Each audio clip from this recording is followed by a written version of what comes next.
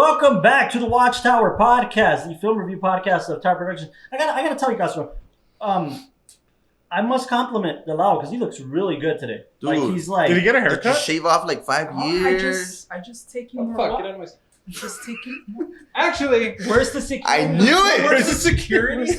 I knew it! He is a security.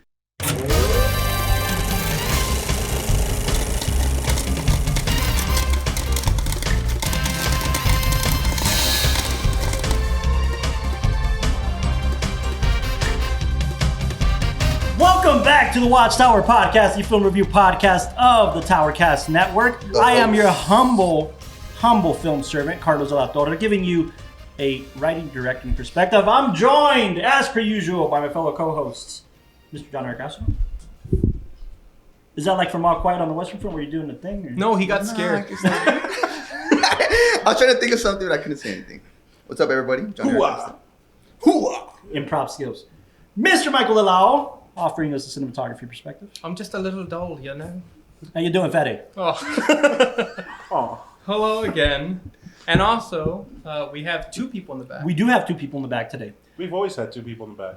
That's We've right. just never seen the intern before. That's a good point. Now we have a face to the... He like passed his probation period, and that's why he came out on camera. I just want No. He's still 5 minutes in. Oh, then his probation period is over? Yeah. Well, I we'll see just want him to dress up like Robert De Niro in The Intern, you know, in the film. I just want him to dress up with a suit and like come in with a basket of cookies or whatever. I just want him to do Basket that. of Just really- cookies. Yeah. I think we're higher class than that. Maybe like some bagels or croissant. Now we know who the diva is. We have Austin. Mr. Austin Young, making sure we're sounding good on the ones and twos back there. I thought you were gonna save the fatty line for me. No, I saved it for the No, love. he used it for Yeah, me. he's not and who's not on camera, but he can be on camera if he'd like. He wants to pop in front of Austin's camera. He can just pop in and say hi. We have Mr. Miguel Miguel, come here. Morales. Come here. Come on. Look, come on, buddy. How's it going, buddy? You gotta get close for my angle, Miguel. You want to say hi, Miguel, into my mic? Yeah, don't walk with this guy, okay? Whoa. Don't walk with man. this guy. Miguel, Unless you have 3 hours to spend. Miguel, walk with me Walk next with time. Yeah, we're gonna have some employee evaluations coming up soon, mister. So, we're here. We're back in the studio. It's been a little bit. We've had some stuff going on where we've had to just Yeah, go true. crazy and get back. But now we're back. And you may have not skipped a beat upon watching these because You better not. I hope. But it feels like even if we go like a week without recording a podcast, I'm always like, oh man, like it does feel weird for me. So I'm happy to be back. I'll also note that in this studio. this episode leading up to it, Mm. geez, I mean, not since like film school have I watched so many films back to back to back Very to true. knock them all out. And I mean, even you, I know that. So we're doing our Oscars episode. We're doing our Oscars Best Picture Nominees episode. That's what we're doing today. and Have you guys ever done this? I've like watched all the best pictures. It's all, me and I Austin. think I'm were- pretty sure you have, but I don't know. Like, I have. Me and Austin were talking last time that like we've This is always interesting. tried to like watch all of them, and we get close. We're like off maybe 2 or 3, but yeah, no, this is the first time I can. The only one that I definitely- have been, admittedly, kind of negligent in, when I first kind of really started following it, was Best Foreign, and it wasn't until okay. Roma came about that I was like, I should be paying attention, right? And then you fall in love with. That's what started it, I guess? Not exactly that, but in terms of the Oscars, like once Roma was nominated, I was like, I want Roma to win. Like I got to follow this, and then naturally every year after that has been great. I mean, we got Parasite, we got All Quiet on the Western Front this year. Roma. Roma was, and it won that year, so we're very happy. But And we got wrong. we did get Roma, though. But yeah, I think that's the only one I've been kind of negligent in previous years. I've been pretty good about it the past couple of years, but I think I have watched all the Best Picture nominations at least. I always last year. fall like 1 or 2 short. Nerds. Yeah. But you're right. Now all of us have watched all of them this year, ready to talk about it because there's a lot going on. Absolutely. I was talking to Miguel on the way over here that like we got a really good Oscar year this year, guys. Like we can't squander a good Oscar year because they're few and far in between, especially in previous like the past couple of years. They haven't been great. Oscars in general, or just Best Picture? Like all the categories? That's a good question. Oscars in general. I Right. think Oscars in general, the past 2 years have been super political choices for Best Picture. I can't Because there's a couple The of shorts and animated category have always been pretty. I'd say that they've been pretty strong. fair. Yeah. You know which one I did watch after the fact recently was obviously Kobe's, the one he won for. That animated short was obviously terrific. But the one where the rapper comes out,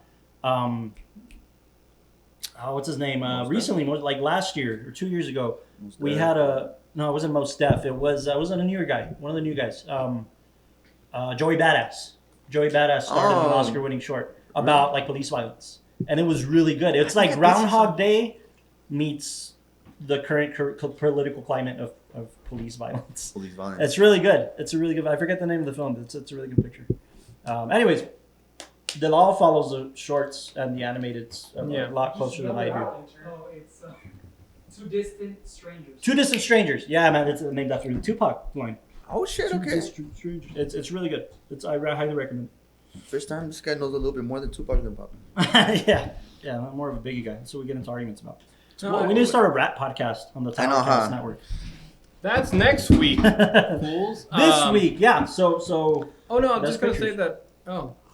Well, No, you were gonna say something. Oh no, I was just gonna say related to the shorts category. I mean, because our origins are in the short film Absolutely. category, and in film school they always teach you that essentially you're taking the strongest elements of just filmmaking in general and putting it into a short format. So it's sometimes Absolutely. a bigger challenge, and sometimes you're able to get the most concise story possible. So I always like checking those out. Alamo's doing them, and if you have the chance to go see Yeah, them, I think most theaters do them actually. That's a I good know one, yeah. Cinemark has a good block, at least I think a week before the Oscars, or next week or this Yeah. week rather. Go check them out. I agree. Most of them end up They- being. they I have always end so up watching much- them after the actual show, and they never fail to disappoint. Yeah, They're and fantastic. they're something that I think a lot of people kind of overlook, and there's so much craftsmanship that goes into it. I mean, Yeah. we're talking about best cinematography, best acting for all this, and it's Yeah. just a nice little package. I gotta ask. Yeah. I'm gonna be that idiot. Is there a best picture for TV shows? The Emmys. That's what the Emmys are. That's the Yeah, Emmys? Academy Oh, of- see, I'm the Academy learning of all this. The Television Emmys, Motion. and then the Critics' Choice will do, I think, like a TV category. The Globes, yeah, the Globes do cover TV as well. But So, the Oscars, so the that's Globes just- cover everything, and then Yeah, the Emmys is just on. well, Yeah, TV but like TV. the Emmys is like the TV version of the Oscars. Yeah, I'm the pretty Emmys. sure some of you didn't. know that. Let's put it this way. In my personal opinion, though, the Hollywood Foreign Press has been doing a little better recently. The Emmys hold more weight to an actor who's in TV. So, like, if you get an Emmy over a Golden Globe, you have it made, dude. Like, the Emmy is the one. Oh wow! I would have thought it was like different. No, the Emmy is the one. Because the Yeah, Golden yeah. Globe sounds fancy, but Yeah, no. Yeah. Now, the Golden Globes has been falling by the wayside for a little bit now. The Critics' Choice Awards are really taking over. Ooh. Yeah. Critics Association. We're going to talk about the best pictures of the year. And we're going to go in alphabetical order. So no preference. We're going to give our ratings as per usual. And before we get into this, though, we want to humbly ask everybody if you can please subscribe to our YouTube channel. And if you can share this on your social media pages as well. Subscribe to Spotify. Subscribe to Apple Podcasts, Google Podcasts. Please subscribe. It doesn't take Everywhere. much, and it helps us so much. It helps Yeah. us. It goes a long way. Just And clicking, we're- subscribing. super active right now, so you will be getting notifications if you sign on to that. Absolutely. As far as all the new episodes that come out, I mean, we're in a good flow. And follow us on TikTok. Follow us on TikTok. Oh, we got a Um, new TikTok. We do have a TikTok, a TowerCast Yeah. Network TikTok. Bro, who's not on TikTok? Yeah. Why are Subscribe you not to the on TowerCast TikTok? Network TikTok. Here's the thing, though. The reason we wanted to do this is a big announcement, and we'll go into the films as soon as I'm done making this last announcement. We're going live. We're doing a live watch along for the Academy Awards ceremony. Oscar Sunday, this Sunday. Yes. Come and join us. We're going to be everywhere. We're going to be on YouTube, on Facebook. I think there's talks of us getting a Twitch channel as well. So just keep an eye out for everything, but please come and join us. We're literally just going to be reacting. We're going to be doing some commentary on what we think should have won and didn't Yeah. win, or lost or won, or how happy we are about certain films winning. Sunday. Sunday. Join us. If you're tired of watching the Oscars alone, Yeah. or you try watching it with your cat and your cat has terrible taste in films and never guesses the best film right, watch it with us. And It should be also, fun. we thought about maybe a little game, a little. we might. Yeah, we might do a Well, little. we're Who not- gets them all right, kind of. Yeah. So it's gonna be a lot of fun. Right? Yeah. We're just gonna have a ton of fun. Come and join us. Come and join us live on our Facebook and YouTube and just everywhere. Everything, everywhere, all at once. Wow, and that's not the first film we're It's not talking the first about. film. And that's And not almost the like first- we should be all quiet on the Western Front. We should all be quiet on the Western It's Front. like we're women talking. You know, with your You little know, puns just puts me into a triangle of I'm sadness. just the top gun, you know? Dang. Shut up. I don't know about y'all, but...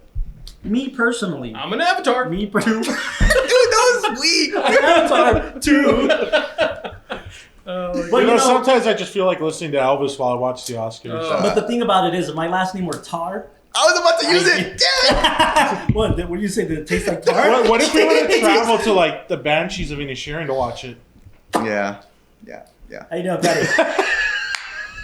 I think we did All right, the first one we're talking about is All Quiet on the Western Front. This is Edward Berger's German war epic. This is a great picture. Watch it on the biggest screen you can watch it on with the best sound you can watch it with, because it's beautifully sound mixed. It's beautifully shot.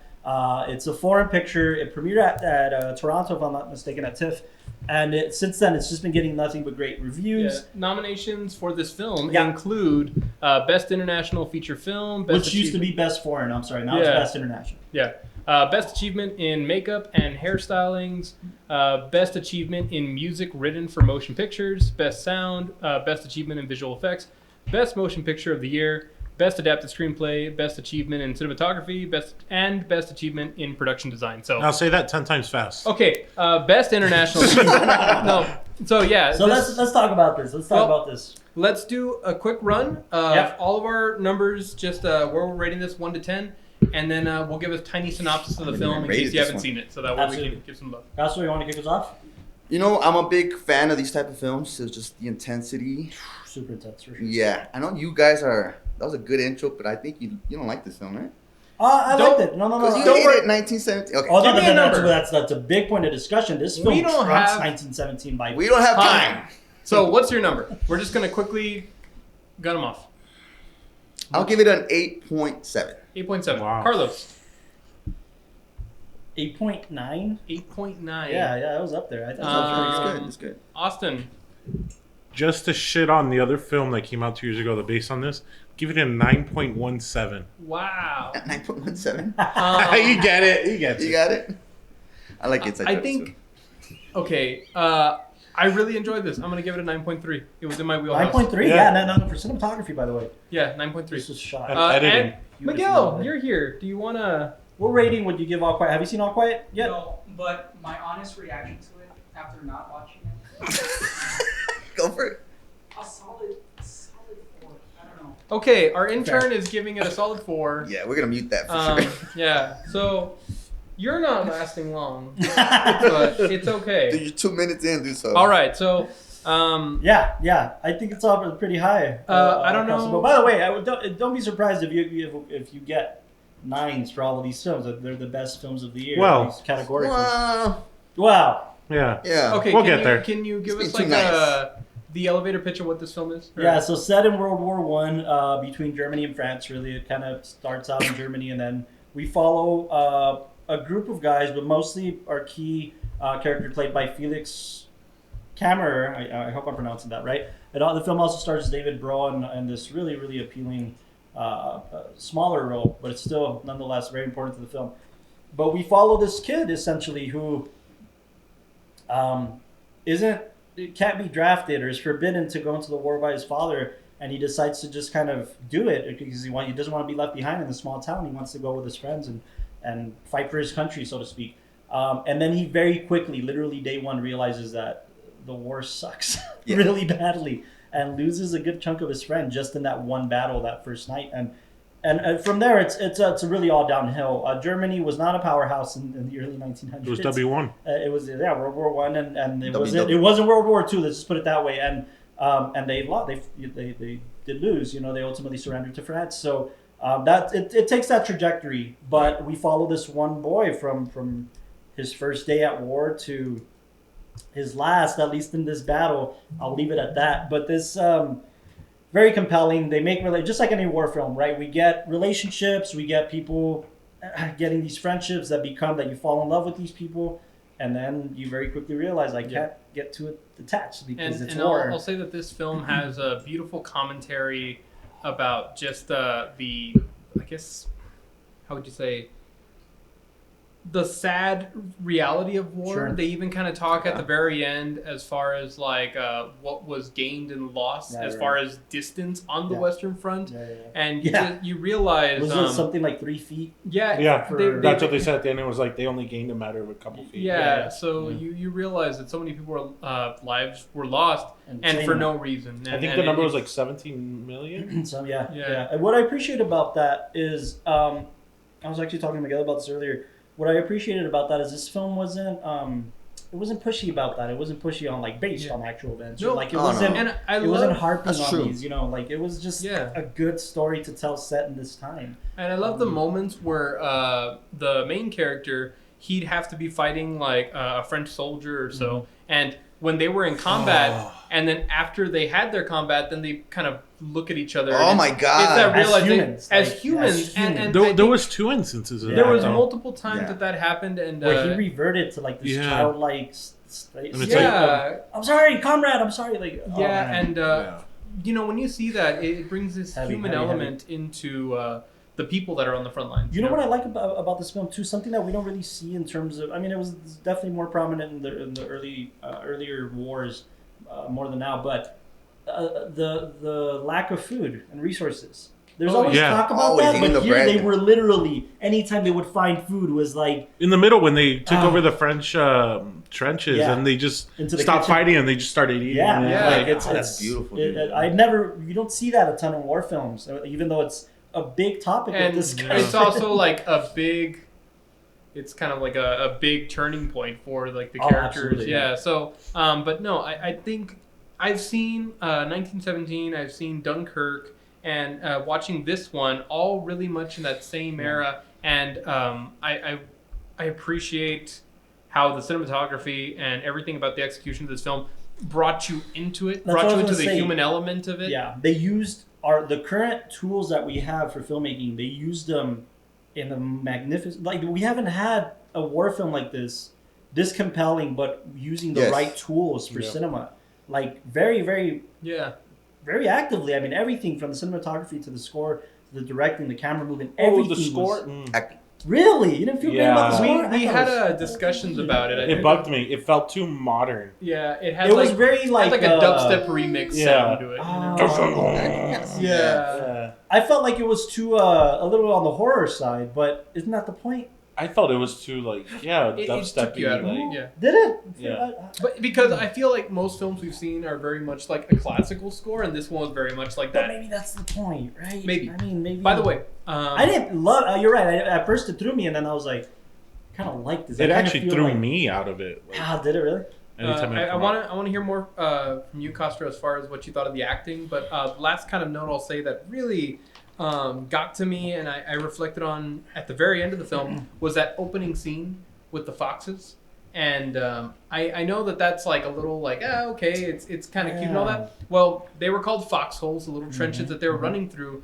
But the big kind of takeaway that I noticed at the very end of the film, looking back, is that the foxes were arranged in like a family. And even though they were animals, it was like they were banded together. And then those notes as far as food, you see them all kind of like just scavenging for food. And it's those in like human needs, those natural primal needs of like food and family and safety and shelter. So I love that parallel and thinking about that parallel throughout the rest of the film. So yeah, those are my thoughts. But Coster, while we still have time, we need to jump into cinematography. I think we talk about it at the end because I do think this is a very strong case for cinematography. Absolutely. But performances. No, to me, I mean, I see this just as a bigger picture because I'm an aspiring actor, so I rate it or I base it off like if I believe it, and it's one of those films. You know what I'm saying? It's one of those films. Yeah, you're big on that. Yeah. Like, did I get lost in the whole explosions and everything? And I think they did a great job, dude. I mean,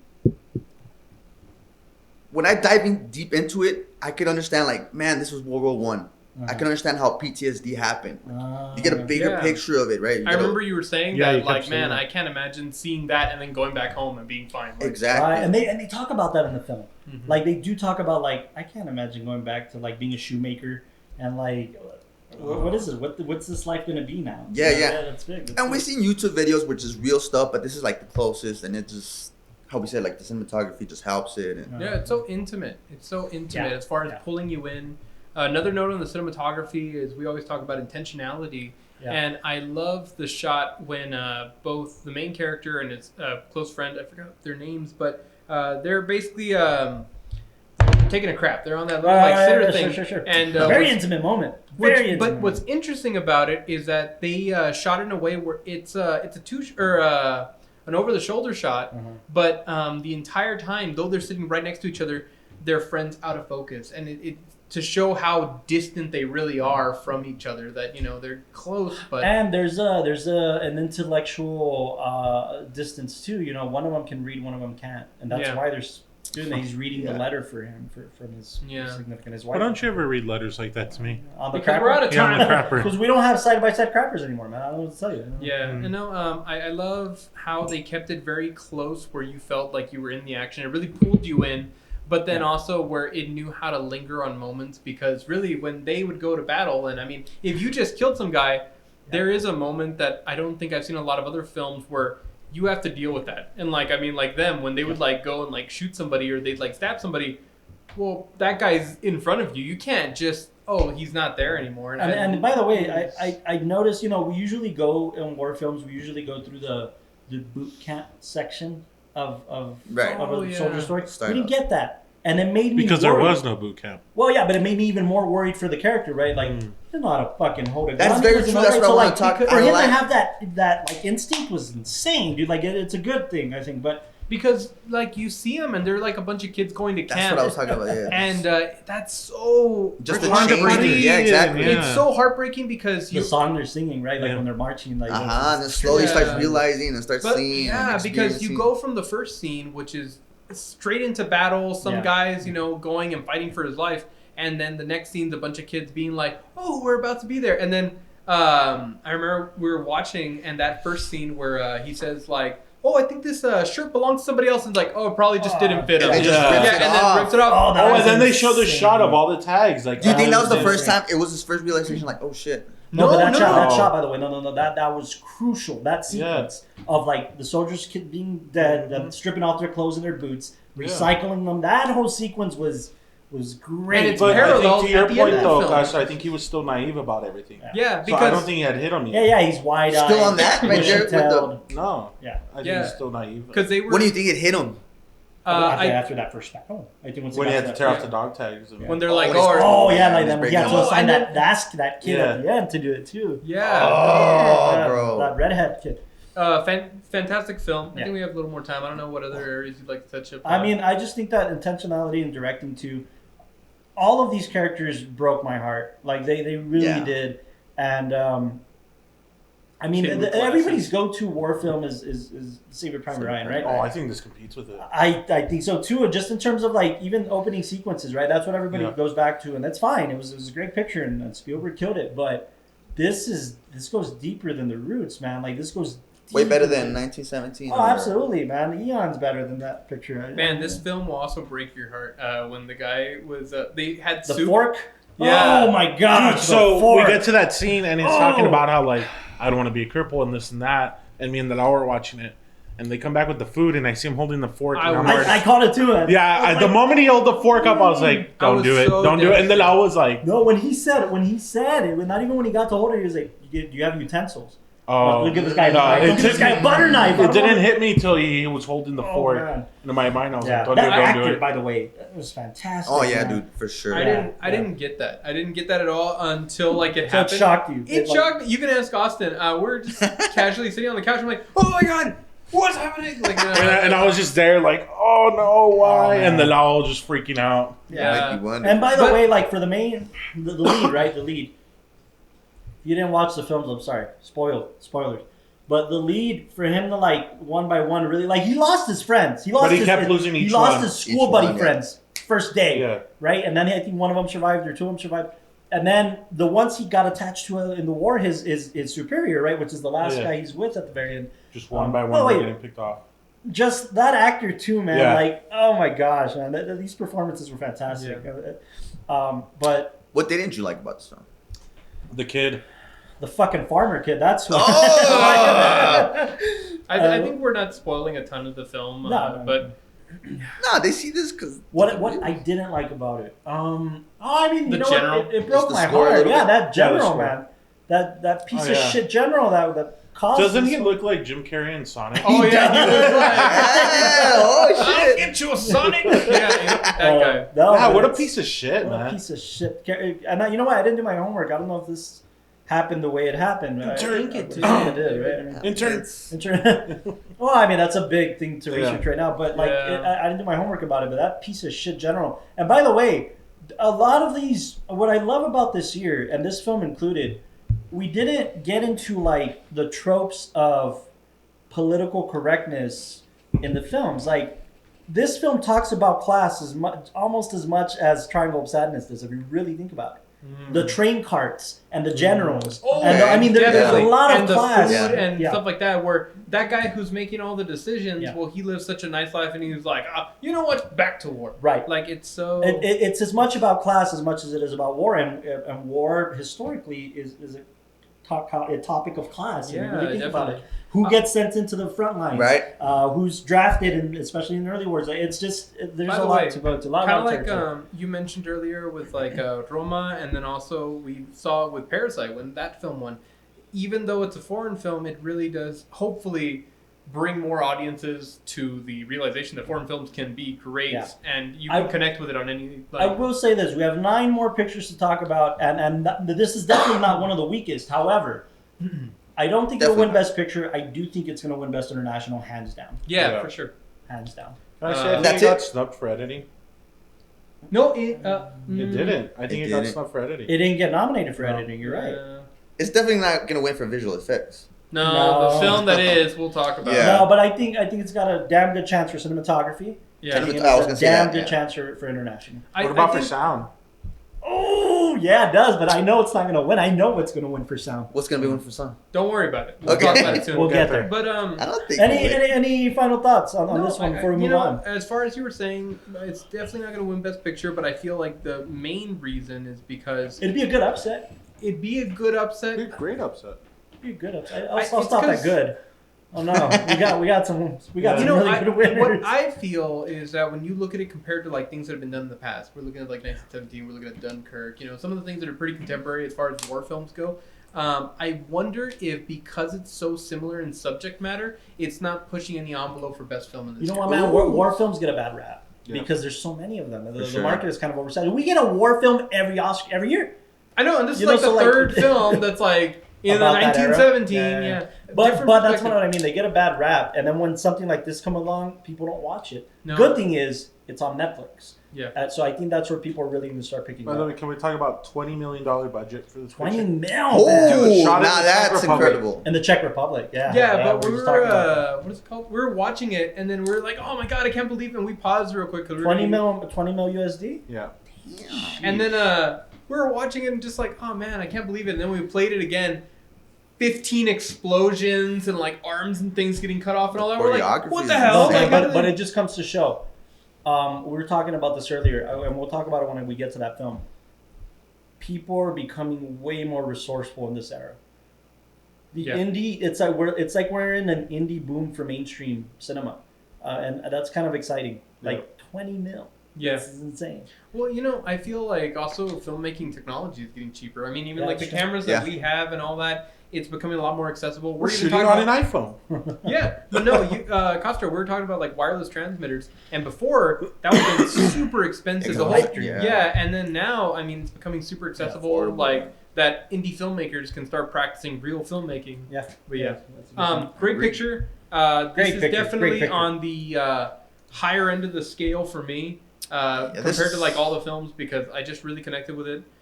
Beautifully shot, just wonderful story. I connected in a way that I didn't connect with other war Yeah, films. man, it's fantastic. It's Yeah. fantastic. Hands down. Go watch it. It's already on Netflix. You can really check this out. Watch this on the biggest screen you can with the best sound you can watch in. Yeah. Because I was lucky enough to watch in Dolby Atmos, and oh my god. I'll also It's my say- type of film. Yeah. When we talked to like Corral, he says that Netflix is high known, standards. highest standards for sound and sound design. So it's one of the few films. I mean, this one's in German, but he's like one of the few films that you can probably watch without subtitles. Yeah, absolutely. All right, moving on. We got another. Look. Oh, excuse me. Bro, Look, we're gonna talk you guys about. hyped this up so much, bro. Everybody- I went to the theater, bro. Oh, we're sorry for making you to go to the cinema. For a film that needs to Yeah. be watched Okay. at the cinema. So- We're talking about James Cameron's Avatar: The Way of Water, and starring Sam Worthington, Zoe Saldana, Stephen Slang. Mr. Slang, shout out to Slang. We had to talk to Slang when he came to El Paso. He's like, What's the up? No, he's not gonna coolest want to dude talk ever. to me. So. He's the coolest dude ever. We couldn't get him on the podcast, but he wanted to be on the podcast. I swear, his words, not mine. He just was here for like one day, but we'll get him on. We'll get him on soon. And if you haven't watched Old Man, go check out Old Man, El Paso On AMC director, Plus. On AMC Plus. And I think it's on Shudder too, or it's Yeah. gonna be What's on an Shudder. AMC Plus? Yeah. So That's- go watch Old Man, starring Stephen Lang, directed by Lucky McGee. Shout out to Lucky. We'll get Lucky on the podcast soon too. So, But yeah, Stephen Lang, Sigourney Weaver playing a 14-year-old, man, which is really great. But ratings. well, I was gonna say the nominations for Avatar were Best Achievement in Sound, Only 4? Best Achievement in Visual Effects, Best Motion Picture of the Year, and Best Achievement in Production Design. I think they got too many. Do you want me to do the elevator pitch Damn. for it? Yeah, sure. Give Okay. the one-liner. So, elevator pitch for it. We're back at it with Jake Sully, seeing the continuation of James Cameron's Avatar universe So definitely continue. But in real time. in real time. In real time. In real time. What do you mean? Yeah, like years has passed since we first saw the film. Years 16, has yeah, passed in the whatever. universe as well. What, So like it's 15 16, years? 16. Yeah.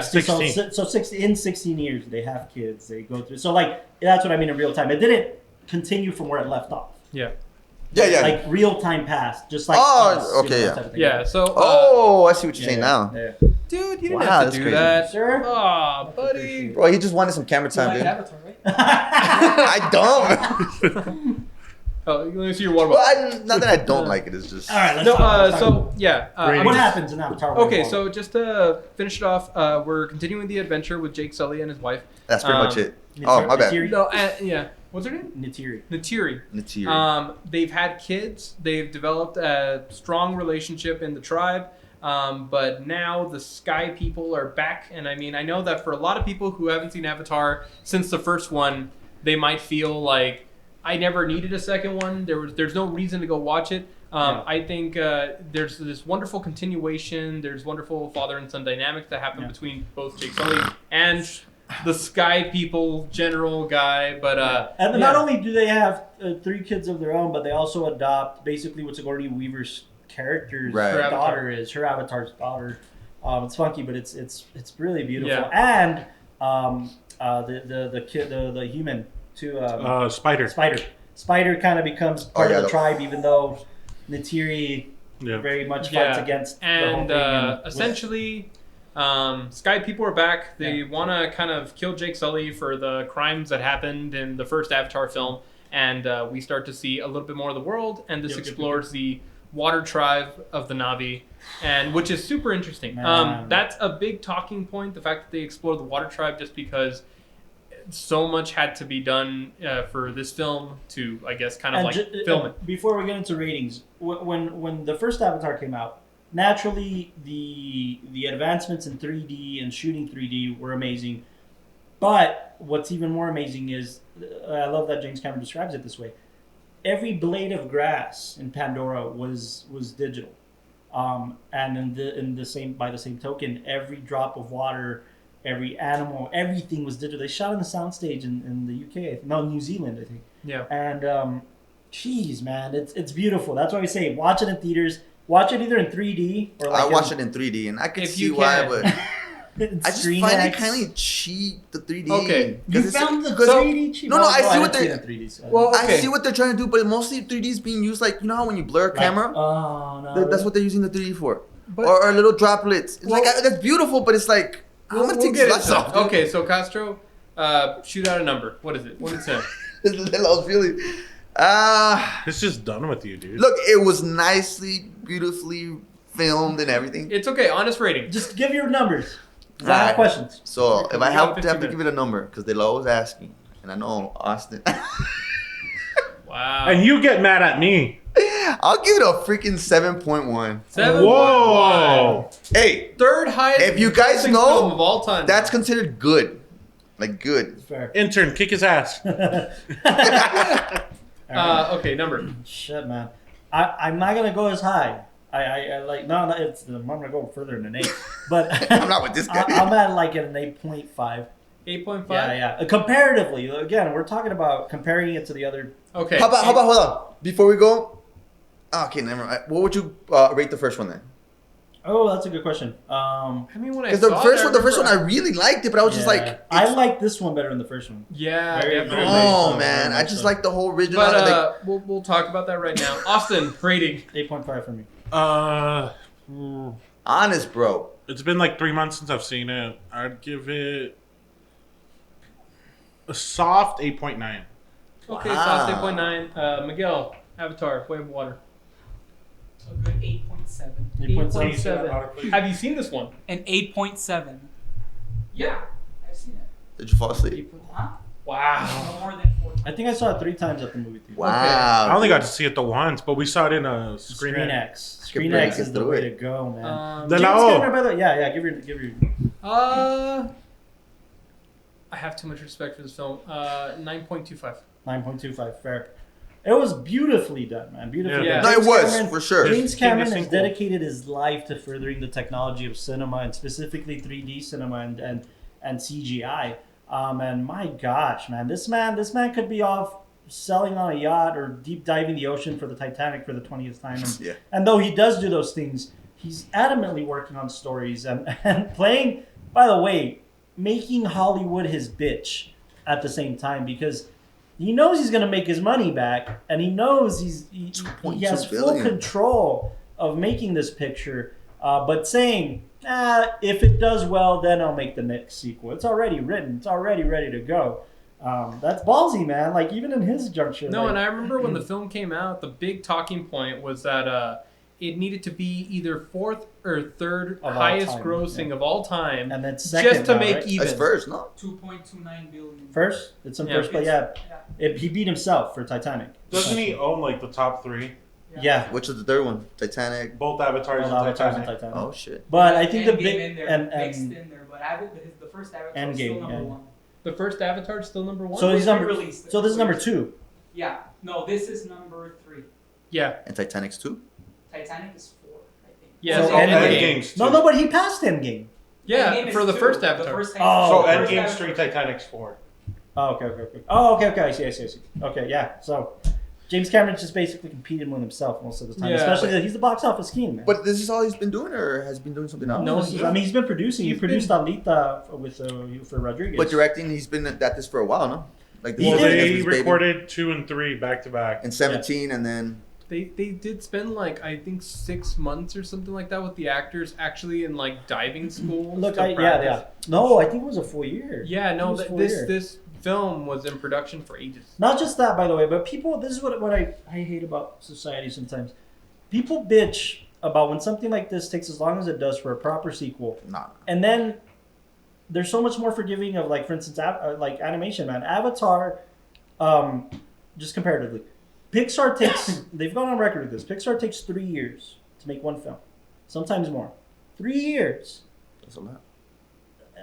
Is it? I mean, like, that's my point. Like, Avatar is going to take the amount of time it takes.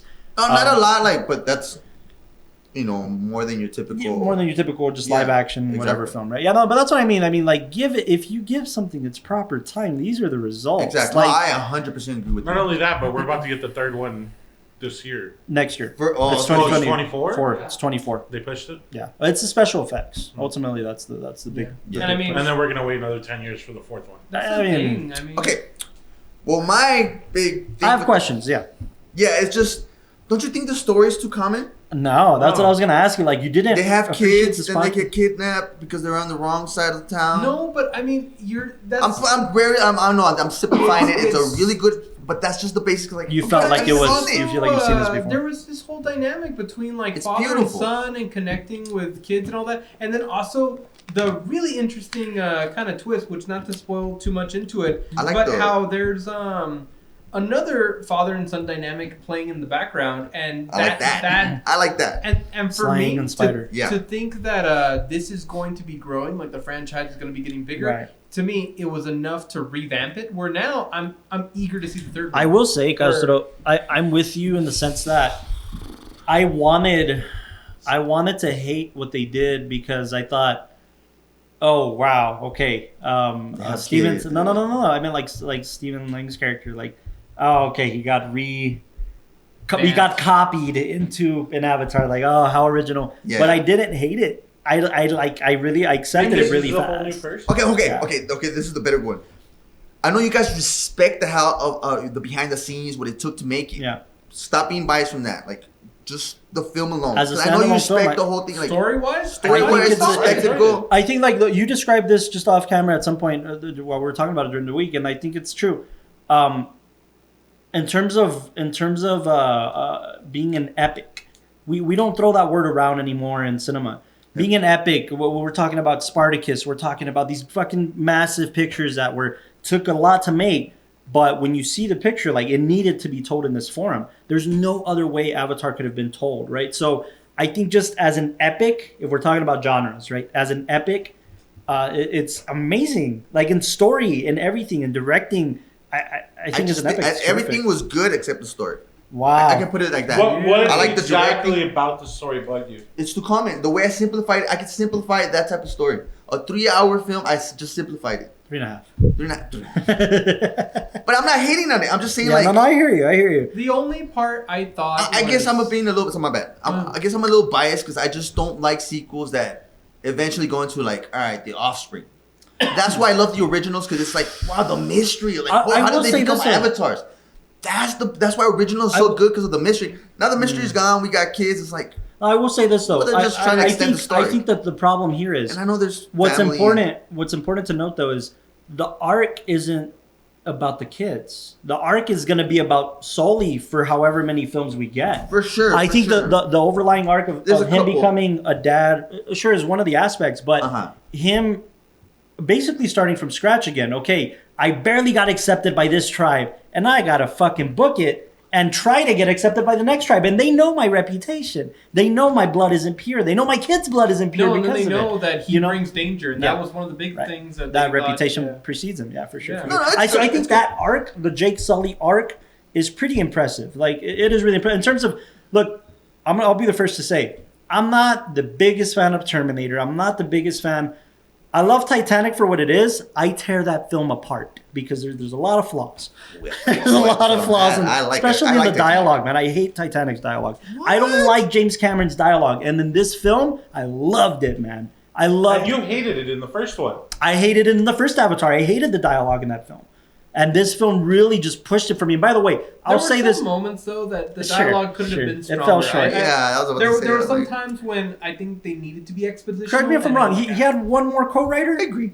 That might have been what helped it, because Cameron has a standalone writers, Rick Jaffa. Yeah, Rick Jaffa. Okay, so he had a co-writer. But when 7 more co-writers for this one. Yeah, I mean. Amanda Silver. Yeah, I don't know. Maybe that's why you felt the story was. Yeah, it was. But I mean, to be fair, he has the entire Avatar storyline planned out through, I think, 5 films? Oh, I think it's 7. I think it's 7. No, and he has this all like. Yeah, that Toro seen it. That Toro was the one that kind of like put it out. Was like Cameron took him to his office and literally walked him through the entire 7 films. Yeah. Oh. So this has been planned out for 20 odd years. I'll say this. Okay. Watching it, you can feel the care. You can feel so much care. This doesn't feel like a not just in the visual effects. I'm not saying it not just in doesn't. the visual effects, no, but I'm in just the saying, making like, for picture. me, I'm not. This isn't an attack toward you. I'm just saying. It feels like. Go outside. Okay, I'll say. Okay. I'm gonna go on record and say this. I'm gonna go on record on the WatchTower podcast. I think James Cameron is the best world builder in cinema. I don't think it's Peter Jackson anymore. I don't think it's any. I think Cameron knows how to build worlds amazingly. Yeah. What about JK? Yeah, JK. Or we're not going to mention her name on this podcast. I know what's going on, man. I don't know, man. We didn't go into a different planet. Like, he had to world build multiple worlds at this point, and like what became the Earth, and where we're at now, and George. No, I'll give you that. I was about to say. Fuck Lucas. Nah, see? Stop putting your emotions into look, this, dude, bro. He did half the work. Sure, he invented the characters and he put us in a couple of ships, but everybody else did the work for him, man. Andor is not George Lucas. Anything that's recent in the past in the past 20 years, it's not George Lucas. It's not Lucas, man. He's not the world builder. It's not fair. James Cameron single-handedly did it himself. I will say that. He didn't. For the past 20 years, it wasn't somebody else building Cameron's world. It was Cameron. I think it goes to show how skilled he is at building worlds when you go and look at and how easy it kind of is for him, man. The animals, the plants, and the way that they interact with all of them. And then even when they came into this new tribe, there was this really well done pacing of as they're learning how to be part of the water tribe, you're also learning about all the challenges they face. It puts you it immerses you. Let me ask you this. That's pretty good. Let me ask you this. Apart from it actually immersing you, do you feel compelled by any of these characters? I do, but I guess not as much as you guys. Okay. Because I've seen it before, so it's like, all right, I feel sympathy for these people and all this, but it's just like, I thought it was gonna be. I was hoping it was gonna be something different. When I told you guys, it looks like it's just a family type. A family sequel. And the performances don't get you, Custom? Like, for example, Sigourney Weaver, dude. That's what I was. I guess for motion capture, it's just a little more subtle. I guess I'm more used to Let me throw this out there. I love that James Cameron make this evident. He says, "I hate when people call this motion capture. That we call this performance capture." Performance capture. And I just think well, this is gonna sound weird, but I just think we're still not there because you don't see the same gestures. But you do though. Have you seen the behind the scenes? Close, yeah. No, for sure. You have a bunch of dots, but you don't get the same. No, you do. No, you really do. Yeah. Watch the behind the scenes for it. Dude, I genuinely they've done side by sides, where no, I've seen it. But I mean, from your perspective, you still think it's not there. It's not full. No. It's there, but not it still needs a little bit because I just I get that. All right. The little But that's I foresee this film taking visual effects, maybe for sure. No, visual effects, maybe sound. If it doesn't get visual effects, effects. I want it to win upset. visual effects. I will be so upset. Visual effects for sure. No, Any other notes about Avatar? And by the way, little fun fact. Yeah, I think you might know this regarding Sigourney Weaver, that they tried to do a pickup or voice for her, and she couldn't do it because she couldn't pull herself back into that character. Yeah. Because she transformed into a 14-year-old to play the part. Yeah. And then when they had to go back to get more, she couldn't do it because she pulled herself out of that character. By the way, in terms of performance, I didn't know that was Kate Winslet until way later. Oh yeah, she did amazingly, man. Did you talk about Titanic? Did you see the behind the scenes? She was the queen. I don't know the queen of the water Navi. Queen of the water Navi. Oh, that was Kate Winslet. Wow. I'm telling you, dude. Kate Winslet. So they did spend. I think you're right. A year. Doing deep sea diving courses or free soloing courses because. They needed to not only, be able to swim in water and all that, but they need to be able to hold their breath. So comfortable in water that they could act underwater and they could have emotions and everything. Because I love all that aspect. By the way, Sigourney and Kate broke the records in the cast and crew. They held their breath the longest underwater. Kate specifically had the longest. They got competitive with it. Yeah, everybody would kind of be like, "Oh, how long did you hold your breath?" or "How long did you hold your breath?" Pretty but sure. they did I think it was over 5 minutes. Yeah, I think it was 3, but you're maybe right. Maybe it was 5? was over 5 minutes. Yeah. Yeah. So I mean, it's the same. So by the way, we can talk about every one of these picks. They're probably going to end up being their own episodes. I was going to say, when you made that comment the other day that every single one of these. I should have prefaced this episode by that. Every one of these picks we could go on and on, but we want to make sure and be respectful of time here. But Avatar, I think, is amazing. If you didn't, it's still in theaters. Go watch it. It's still in theaters. You know how impressive that is, especially because of the pandemic and how bad the pandemic was for cinemas. It's impressive for this shit to still be in theaters. So still be at the full price theaters. At the full price, yeah. Because it's we're in March, man. This thing released in December. It's having a 4-month run. That doesn't happen anymore with the streaming era. It doesn't happen anymore. Go watch it in the theaters. Just don't watch it in 3D. Yeah, you can watch it in standard. It's fine as long as you watch it in the theaters. And if you can watch it in Screen X, even better. Yeah, we're gonna get into a more intimate film. We're gonna be talking about Martin McDonagh, fantastic director, man. Colin. Martin McDonagh's Banshees of Inisherin. Starring Colin Farrell, Brendan Gleeson. I love Brendan Gleeson. I've loved him since Gangs of New York. I think he's a phenomenal actor. And then Carrie Condon, who's really good, really good. So nominations. Yeah, the nominations for Banshees is Best Performance by an Actress in a Supporting Role, Best Performance by an Actor in a Leading Role, Best Achievement in Music Writing for Motion Pictures, Best Motion Picture of the Year, Best Achievement in Directing, Best Performance by an Actor in a Supporting Role, Best Performance by an Actor in... Two actors are in that category. All three main actors. Yeah. All three main actors. No, but I mean in supporting. One It's actress, two actors in supporting roles, Best Original Screenplay, and Best Achievement in Film Editing. I'm already gonna say it right now. Colin Farrell's gonna win for best. No, he's not. No, he's not. Performance. None of them are going to win in this category, Yes, he unfortunately. is. You think so? I don't think so. I think, They were wonderful, That's why I but wanted they to were do that. phenomenal. But But I don't think, I think, again, guys, we have to understand. We have to understand that Academy voting doesn't necessarily always base on literally the best performance. It's who went out there and hustled for their votes. I mean, so I don't And think A24 has been pushing. A24 has been killing it, Bullshit. man. They've been pushing Brendan Fraser so hard. And Brendan they deserve Fraser and Key from Everything Everywhere. I always mispronounce his name. Key Haekwan.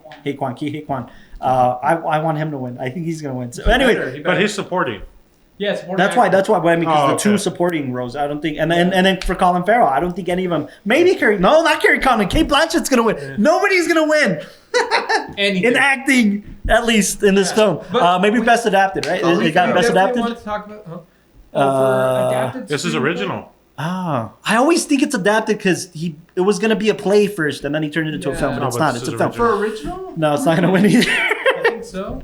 I don't know. I don't know what else is in the original category. Can we get a fact check there? What's in Best Original Screenplay? Original screenplays: Banshees.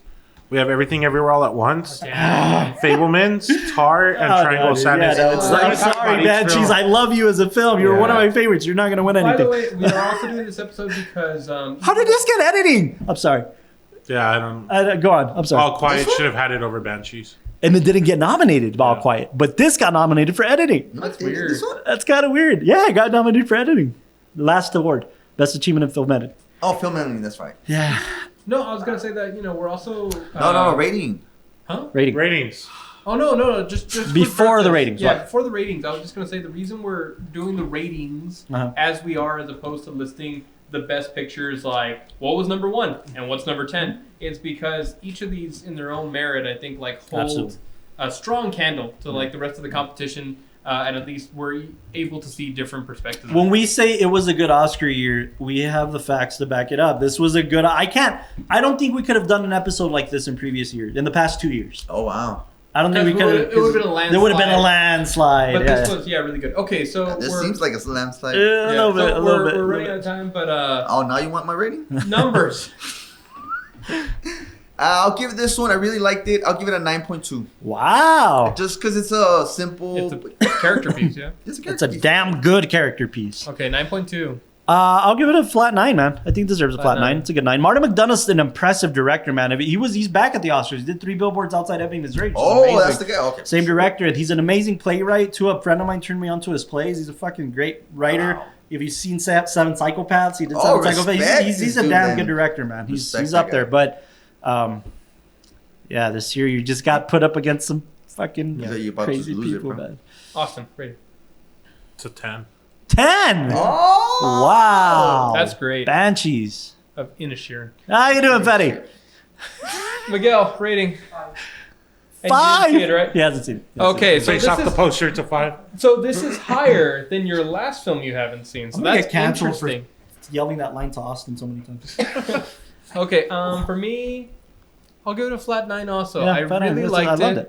It's great. Fun fact: because we're cramming in as many films as we could before this episode, we watched Top Gun, and then we watched this one. And in my opinion, that was the worst order to put it in I because should have watched Banshees first. Yeah, because to stop being sad or what? No, because to me, Top Gun was like over the top, and the stakes are so high, and this one's one, like the stakes felt so low. And but when looking back at it and thinking of the scenes and the cinematography and everything, I really came to just love this story, and definitely more than. Did it get a lot of other cinematography ones. nod? No, it didn't. But I mean, that's Didn't do anything special. Yeah. Okay, yeah. But Let's talk about this, man. When it comes to, can you give a recap of the? yeah, sure. So yeah. this film, this was described to me when I first learned about it, and I'm gonna say something that Austin's been saying publicly for like a month now. He likes women. Not always. I don't watch trailers anymore. Only on the weekdays. I don't watch trailers anymore. Trailers are fucking horrible now. Same. Like unless I'm at the cinema and then we get there early, right? Fine, that sit through 'em. But I'll just read the little synopsis. yeah, I won't even do that. I like going in very blindly to Okay, films, okay. especially. I'll only films- watch trailers for like films I'm anticipating. Right, yeah. I Like cover when my eyes and I Babylon just- dropped, when Oppenheimer's dropped. No, I don't. Go into this blindly if you can. Like if you haven't seen it, go watch. But Banshees of Inisherin was described in an interview or something before I had even watched it as like the craziest breakup film that's non-romantic. Yes. That Because I love it's it. not Midsummer. I love it. wow. Because Midsummer was described as a breakup film. Well, too. Ari Aster's But- weird. Yeah, I mean, yeah, that was- But anyways, it's described as a breakup film amongst two lifelong friends. See, It's that's the Colin funny Farrell part. that said Why don't that, you get no? the funny part of it? That's the funny part. It's because I have two people so far. Like Castro put this in perspective for me too. That it's a comedy, and it is. It's a dark comedy. It's a really dark comedy, but it's hidden under the drama. The drama is from the forefront. Anyways, two lifelong friends. Out of nowhere, one of the friends decides he doesn't want to be friends with the guy. He doesn't want any contact with this other guy. And this other guy, I described to my wife earlier today because she didn't see the film, as 2 inches shy of the town idiot. He's like Kelso. Because the town idiot Castle. is like, I mean, to be fair, I Yeah, think he's he mentally, maybe like does have a mental condition or something, but he's aware. He's very self-aware. But like Colin Farrell's character is maybe a step above that to everybody else. So Brendan Gleeson's character basically is like, look, man, I'm a musician. I'm a composer. I'm getting old. I want to live the rest of my life making music and not having stupid conversations with legacy. you. Yeah, I want to leave a legacy because music survives. Being nice doesn't. That's actually a line from the film. Yeah. But it's very intense, man. And Colin Farrell's character, just like anybody else to a certain degree, would be like, the fuck, man? No, we've been friends. You were okay with me last night. You were like, we were cool. And would keep trying. The difference is because he keeps trying, he receives a threat. And I'll end this synopsis with a threat. And the threat is, if you don't leave me alone, I'm gonna cut off a finger and throw it at your door until you leave me alone. And I lose all my I fingers. lose all my fingers. And guess what? He lost all his fingers. So He lost 5. he lost 5 of his Spoilers. fingers, and he's a violinist. I know. He's a violinist. He lost the ability to play the fucking violin because of this intense feeling he has about this intense beef. Yeah, but it sounds funny. It's funny, but it's sad for sure. That's why I'm saying I'll call it a dark comedy. Yeah. I'll call it a sad comedy. Yeah. But it's in terms of screenwriting. My gosh, man. My gosh, this is what you call an original screenplay. I mean, yeah, you guys are right. I wouldn't be I wouldn't be shocked if it did. If this was the upset, I'd be happy. If Banshees was the original screenplay upset, I'd be happy. This was Martin McDonagh kills, man. Martin McDonagh kills. Austin give it a 10. That's Yeah. Well, I was You gotta understand, Austin and I specifically. Maybe I'll throw the law a little into that category. We love character pieces. Like character pieces are our bread and butter. So like this, we're gonna love something like this or Tar over. So why do you something. think he's gonna win Best Actor? Because there he's were not. so many good performances this year. Because he's Ooh, not. I just say, Oh, man, we're gonna get there. We're gonna get there. But I'm sorry, you were saying something. Oh no! I was gonna say that there's so many layers to this film, and I need to rewatch it again. The second we finished it, I knew I needed to rewatch it because, like, they talk about how. I heard somebody talk about this film and say how it's interesting because each character is an emotional portrayal of you going through like loss or pain. So some people try to cover it up. Sure. Some people are blunt about it. Some people just try to roll over and act like everything's fine. Some people scream. Some people stare at it. By the way, it's important to note this, and I'm pretty sure I'm not speaking out of pocket when I say this, though this is a cliche and it's out there. Colin Farrell has gone on record and like in interviews and stuff like that to say that the Irish really are people who keep everything in. So to base a story like this in Ireland with two Irishmen Beautiful. that like are designed, at least society, to not talk about their feelings. This is pretty impressive. Like, just for that group of people. If you were going to set this in America, I don't think it'd be as impressive. Nah, hell You know what I'm saying? Like, it's that type of thing too that's important to know. Because there's also that whole like pub culture, right? Right. Like every 2 o'clock, we go and we to grab pubs, a drink. So if you're gonna leave me, it's not just like, oh, you can't grab a drink. It's like, I've lost a whole part of my life that's just not gonna be there. And I love that it didn't have to. It's a period piece. Yeah. It's set in the 1920s. Ooh, I think around that time, So- because It's It set does- during the in the background there was Irish the Civil War. Yeah, during the Irish Civil The War. Irish Civil. You're right. The Oh, Irish yeah. Civil. We don't know this. Like, it's not shoved down our throats that it's a period piece. I think there's maybe It's 2, at the 3 end lines of the dialogue. Irish Civil War, 1923. 1923. 23. Yeah, Yeah, it's another film set mentioned in the- literally like twice in the film. Yeah, and I Years love ago. that so much that it didn't have to shove down our throat that Like, oh, that was costumes shooting on and the main island accents, again. and it didn't have to Yeah. do any of that. To you know, what's great about it is you think one of two things: we either set in an older time, or these people are poor. Because there's no electricity in their homes, or lighting candles, or lighting fireplaces, the pubs and stuff like that. So, yeah, I love that about this film. I love the simplicity behind doing something like that without shoving it down my throat that it's a period piece. So, But also, it's just something that, like, an effective character piece that you really connect with the story. Absolutely. And I think it's something that's definitely has the ability to live on, because I think I could show this to somebody 10, 20 years down the line, Yeah. and they would still connect with those Yeah. feelings of, like, losing somebody Part of the as a human friend, condition. you know? Part of the Yeah. human So I gotta ask you guys: have you ever had like one friend that, where you thought it was a friend, was like, I don't want to. I don't know if I've I been wouldn't. that I don't, friend. yeah, I don't. If you've been that friend, Yeah, because I know that after, like, I mean, I small think I've side. been that I've friend. definitely I've been that never friend. been that friend. I've been on the receiving end for sure. Really? Yeah. No, I I've been on was, both. like, Yeah. I mean, I had some, like, Why are you looking at me when you say that, asshole? You know, maybe I just don't like you anymore. wow. I don't. You know, you fucking get on my You're nerves. fecking. I love that use of the word in the film. The fecking. Fucking. The fucking. No, I was gonna just say a little side note. Like, I remember going through high school and going through a few like bad friendships here and there. Who And- hurt you? Huh? Who hurt? Ash. I love you, honey. And I remember thinking, I just want to get away from that because I need to grow. And it's not nice, but it's honest. I Oh, just, shit, in an okay. honest way, I knew I couldn't grow. So you were on the unless- giving end. I was on the giving end, but I mean, we've all been also on the receiving end, because I've had friends that have I left may have me. been on the giving end, but not as directly. Like, I haven't been like More like indirect. cutting off. Yeah, and cutting off. No, I mean, communication or it anything was like that. it definitely wasn't as direct as in this film. It was more of like Miss your hands. Miss your hands. no, but it was definitely like there's more subtlety. I think, with, Yeah. like you said, here in America, I think you just ghost people Yeah. and then it's fine. Then you don't see them and all that. But here, And yeah, not to mention that, by the way, that it's a lot harder to do because it's a village. it's an island. Yeah, it's an island. So like your neighbor, you see these people every day. So Was this the one that you said that kind of relates with me and my brother? No, that was Austin. I think I was the one that said that. Because you Yeah, know I mean, you grew up on an island and you're like No, part I Irish. mean, I guess You're I kind of Irish. relate to it too, because I mean, getting a little personal. Yeah, there was times where we stopped talking for a while, for like 2-3 years, and it was just kind of like, at first I was like, hey, why don't you want to talk to me? Or my mom would tell him like, hey, why don't you? And then it went to, screw that, I'm not talking to this guy. Yeah. So I can kind of relate to that, like, And now he wanting walks to know, into especially the- as a kid, you're just kind of like, why don't you want to talk to me, dude? Oh, by the way, that's another important thing to note. It does feel like an older, younger brother dynamic because of the Yeah. age difference. For Colin sure. Farrell's character is definitely a lot younger than Brendan Gleeson. For sure. And then another like little side note, I followed Colin Farrell's career, and I just think he's just mature, dude. From Miami Vice to like these, and then I was gonna Oh, say, dude, his like, whole story when is we were talking about crazy. this, It's insane, I his told Austin son. that you have to hear this the Hollywood Reporter piece on, And on yeah. on Colin, and Oh. I judged Colin a lot.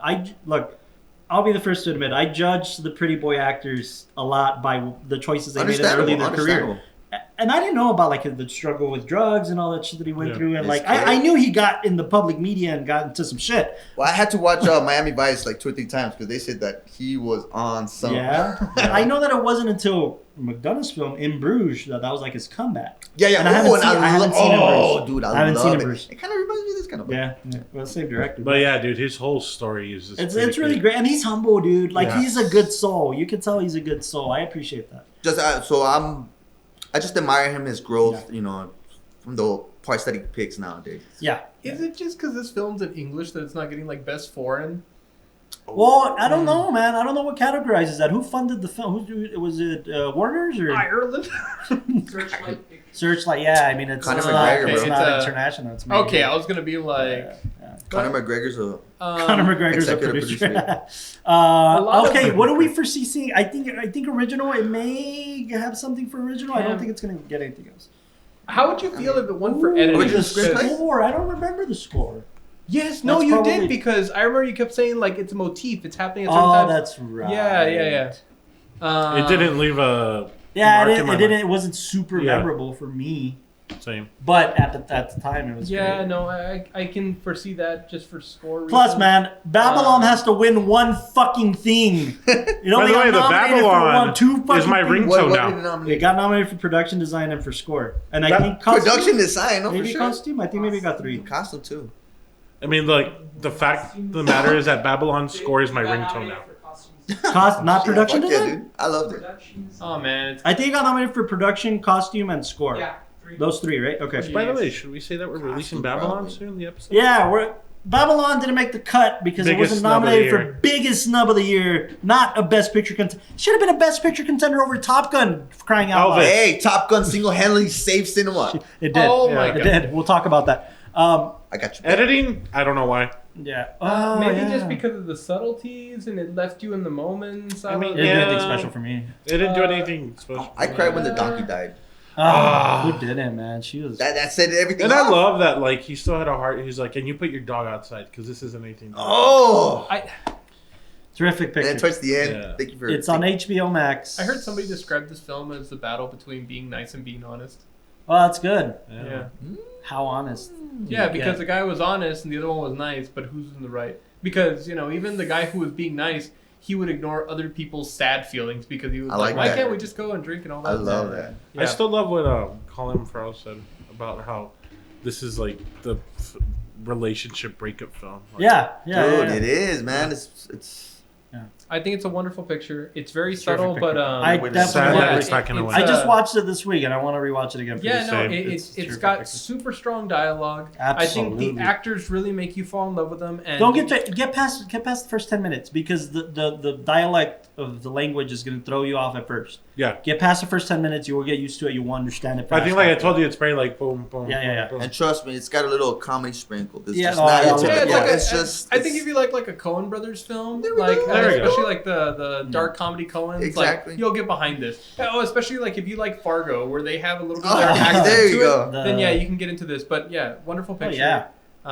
Go yeah, watch it. Oh, yeah. Seriously, so- Oh yeah. Kinda Go funny watch looking. Banshees of Inisherin, man. This is definitely something I want to pick up on Blu-ray and just really. Same. Is it on your dig into my top 3? TV. It's definitely better than picture? Elvis. Top I'll say that. 5. I'll say top 5, not top 3. Oh, Ooh, shit, I thought it was gonna no, be there. it's my number 3. Yeah, I thought it It's was my gonna You number think it'll 3. get a Criterion? Because he's the one treatment? that's been. I hope it gets a Criterion Same. treatment. I don't think Martin McDonagh's gotten any Criterion.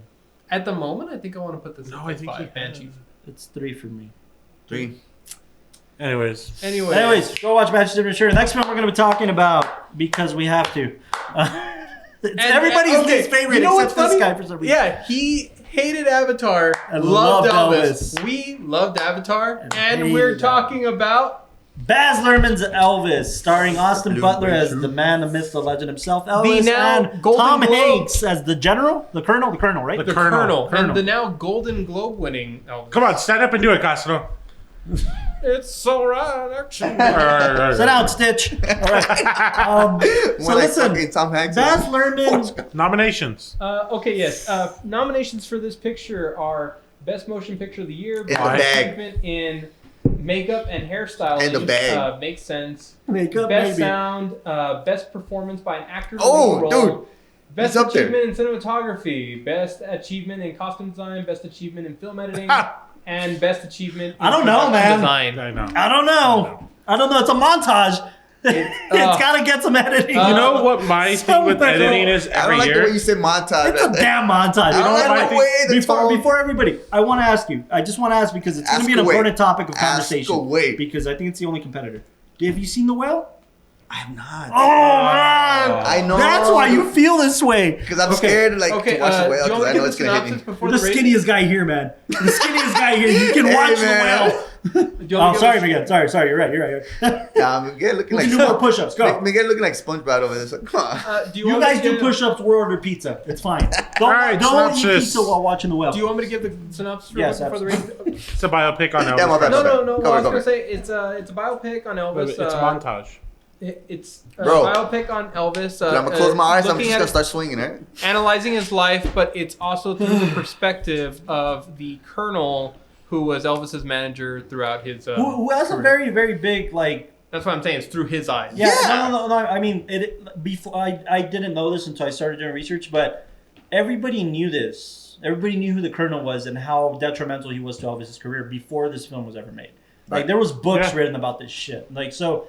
Apparently, it was a big topic of conversation about his downfall. Yeah, they even talk about. Well, at the end of the film, they mention like that. I think the year after he passed away, there was a big lawsuit on how much like financial abuse there was, which makes it so weird that this film, the way it's oriented, is from the Colonel's eye view. Like, oh, I was just trying to protect the boy, and Dude, it's like there's so much to talk about. It's like but if they so- told the NWA story through Jerry Heller's eyes. All right, here we go. It's Ratings. because look. Thank you, Austin. Ratings. We're gonna start with the Lao. Go. Did they say in the film why Elvis never toured? Yes, Yes. they His did. two fingers. We No, can go into no, it right no, now. no, Okay, no. We'll ratings. get into it. No, that's not Do you why. want me to go first? Here, I'll go. I'll give it a 6.5. Oh my god! And He's pulling it out. It's not even me joking. It's a serious thing. 6.5. Bro, Elvis is gonna come back and haunt you, dude. And my uncle who Who? my uncle who loved Elvis would probably kill Oh, me. dude. But Okay, 6.5. Castro. no, Castro goes last on this. Castro one. goes last? Yeah. Yeah, dude, I gotta up this thing up a little bit. Miguel. Have you seen it? No. Okay, Good, what's go. your rating? Off the poster. I'll give it 6 for Tom Hanks. Wow, man.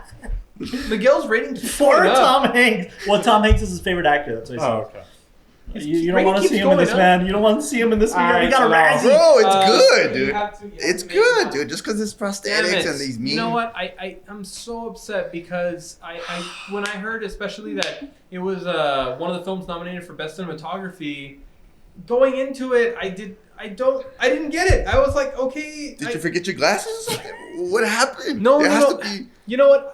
I understand it because of how much they had to do, and I get it now for cinematography, but it's so annoying. I'm gonna I know give how I it. feel about editing. I'm gonna give I it feel a. like Aquatica's annoying.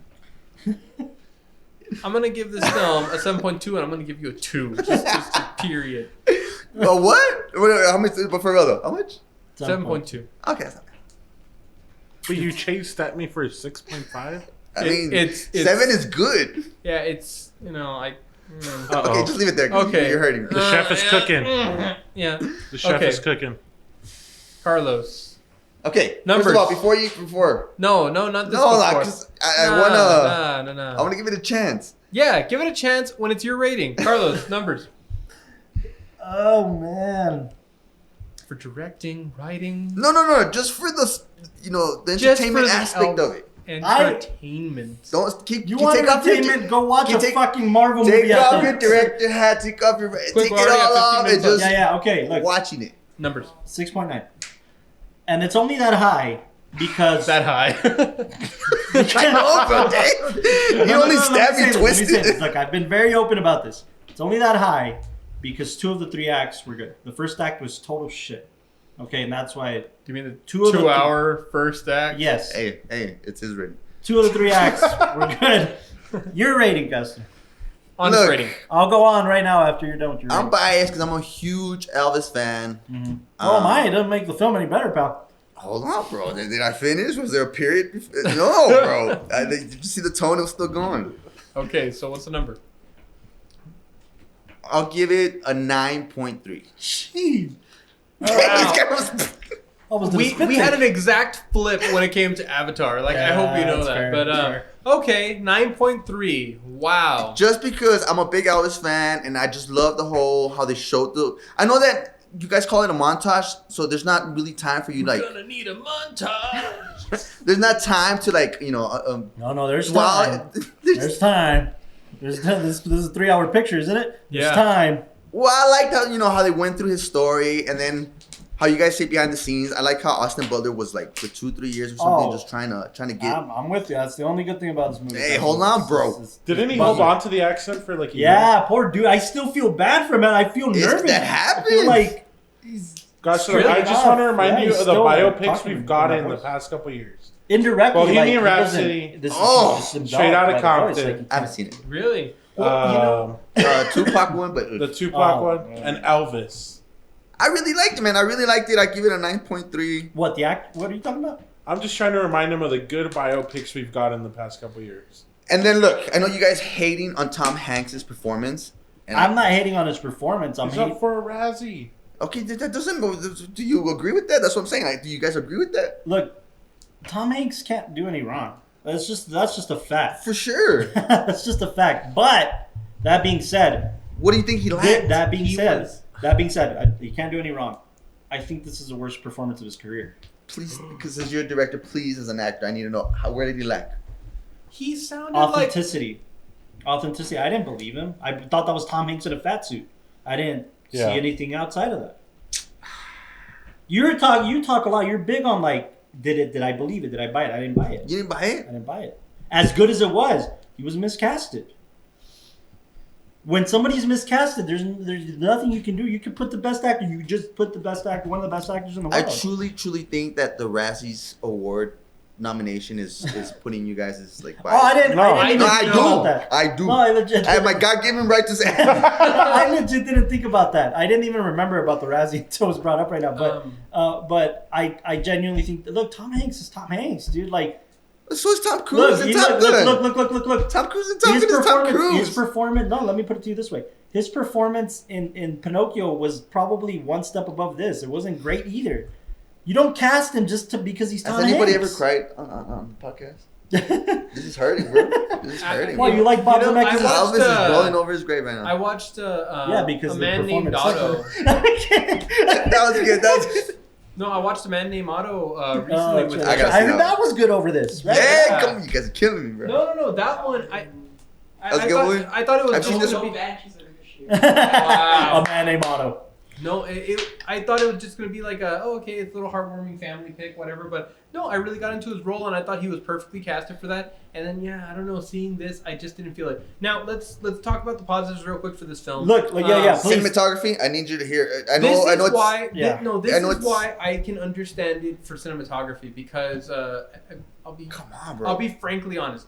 When I first watched the film, I saw part of the first act and I had trouble finishing it, and then I had to come back to it and watch it. When That's how I felt with Avatar, sure. when I finished watching it, I was I went to the so movies twice that day. no, I was so impressed by the cinematographer's talent for recreating moments in time and periods and giving it the same aesthetic and feel. Yeah. Because every era from like the Yeah. early 1920s where they made it look like an old photograph, Mhm. there is some skill to that. There is Sure. some challenge to that. Sure. But then it's like they took every iconic picture, every iconic image of him on television, Right. and were able to recreate that. Even in Properly, the stage lighting. properly. Yeah, the stage lighting, all the fan pictures, all the The special, the comeback special. That was a great scene. Oh. Yeah. Oh yeah, great. that whole Thank sequence you. was good. In the second act, at the end of the second act. No, That's it's again, not about but- acts, bro. Just the movie. No. But I'll say that for cinematography, I understand it just because. Also, the challenge of let's just be honest. For the montage sequences, the challenge of getting so many different we shots. should have done a miniseries. Yeah, this. We do it there, but I mean, No, feel but that like they- there's so many shots. I mean, they did too. easily within the first 30 minutes, there had to be at least 100 shots. Did that But hurt you? look, you're right. But I will fight back a little bit there because Baz Luhrmann is still Baz Luhrmann. I don't know who the DP was on this. Who was the DP on this? But while they looked that up, those 100 shots were good shots. They Mandy were. Mandy Walker. Mandy Walker. What has she done? I don't know. What She has done. is she Baz's DP? She's known for Mulan, the remake. Okay. No, that makes sense. Pretty good. Australia, Hidden Figures. Okay, that's pretty good. Okay. That's it. No, Makes but sense. I mean, She's good. so Yeah. many shots. She's a good DP. And like you said, all good. And I mean, even when I would pause it and try to think about like intentionality Yeah. when it comes to shots, Mhm. a ton of intentionality. So a I'm ton okay of- with this being nominated for cinematography. Yeah, I Yeah, don't know I was about gonna it say that, winning, for but I'm sure. okay with it being nominated. I mean, now that it won, I'd give it credit. Credit Okay. where credit is due, just because it looked extremely challenging as a cinematographer, to capture so much, Yeah. add intentionality, and then also do so much justice as far as all the period stuff. That's my. Oh, that's Great, good. That's great, good. That's great. good. I love that. There's a lot to talk about in performances, so I just want to knock this out of the park before you do, because the Austin Butler's performance, in terms of directing and choices, is the best thing this film had going for it. And by the way, I'll be everybody knows this. When they announced this film, when they announced this casting choice, I thought, the fuck is Baz Luhrmann thinking? Why are you gonna get this former Disney child dude? Like I know he did Tarantino's film and he was good in that, and that's fine, but I was like, this was such bad casting, and he proved me wrong. Dude. So Austin Butler proved me wrong. I think he's okay. Before we get into that, because I'm sure you're gonna want to talk more about that. I think the best thing this film had going for it, Baz Luhrmann's I wouldn't say he's one of my favorite directors, but I love his work. I love Gatsby. I love Romeo and Juliet. I love everything Baz Luhrmann has done prior to Elvis. And the choices he made for the first act of this film, it put a sour taste in my mouth. However, what I love about what they incorporated that nobody pays attention to for Elvis' stories is that, if you know me, I'm a big blues fan. Elvis, rock and roll derived of the blues. And the reason for that was, quite frankly, because Elvis was a fan of the B.B. Kings, of the Muddy Waters, of the people that came before him. So the fact that they showed B.B. King in this film, and the fact that Gary Clark Jr. made a cameo to play one of the biggest blues artists one of the biggest influences for Elvis in the carnival. Gary Clark Jr. showing B.B. King as an influence, and then them becoming friends. That's massive. That's the real start of Elvis becoming a rock and roll legend, was his love and appreciation for the blues. Also, they tackled it in a good way as far as showing how he took a lot of that music and turned it into his. Because it's never in the media in the forefront. It's never like Elvis stole from black performers, because people will complain about that. It's like, no, Isn't there facts that he did? Well, yeah, for sure. Dude, for the Hound Dog is a direct. Yeah, girl. It was a girl. Yeah. But it was just like the film shows. That's what I'm saying. But this film presented it like, no, he genuinely loved them. Yeah, they weren't getting the attention in the media. So I thought that was great. That's great. Yeah. The last thing I'll say is that I really love how they showed his transition from music into cinema post-war. Legitimately, he was horrible at it. He was. I mean, his films are kind of classic now, but the fact that he literally, the way they portrayed it in the film was accurate. He took a block of the Fox backlot as his own and made it his trailer and turned it into this whole thing. But because that's how it worked back then. You had a contract with the studio, you made 10 pictures a year for them, and those 10 pictures is what really catapulted you into stardom. It wasn't necessarily just the music, because TV was barely blowing up. It was cinema that was getting people, the Hawaiian pictures and all this stuff that really made Elvis in terms of popularity. So I love that they showed that.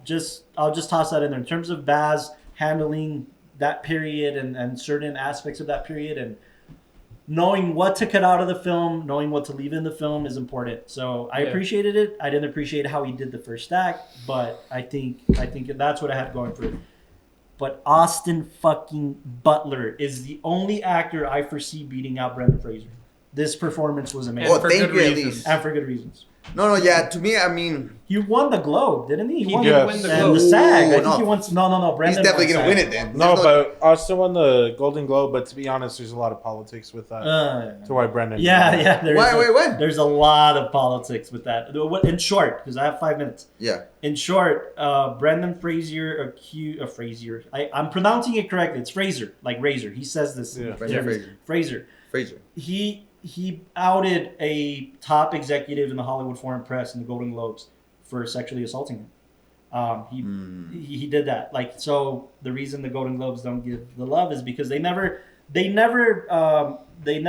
called this guy out. They never punished him for anything. He still ran the Hollywood Foreign Press Association.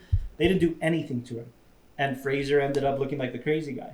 So when he was invited back for the nominations and stuff, he was like, "Oh, I'm not only am I not participating. If I win, I don't care. I don't want this." So the politics were there for sure. But still, you won SAG, right? You won SAG. Brendan won SAG, the Screen Actors Guild Award, right? Okay.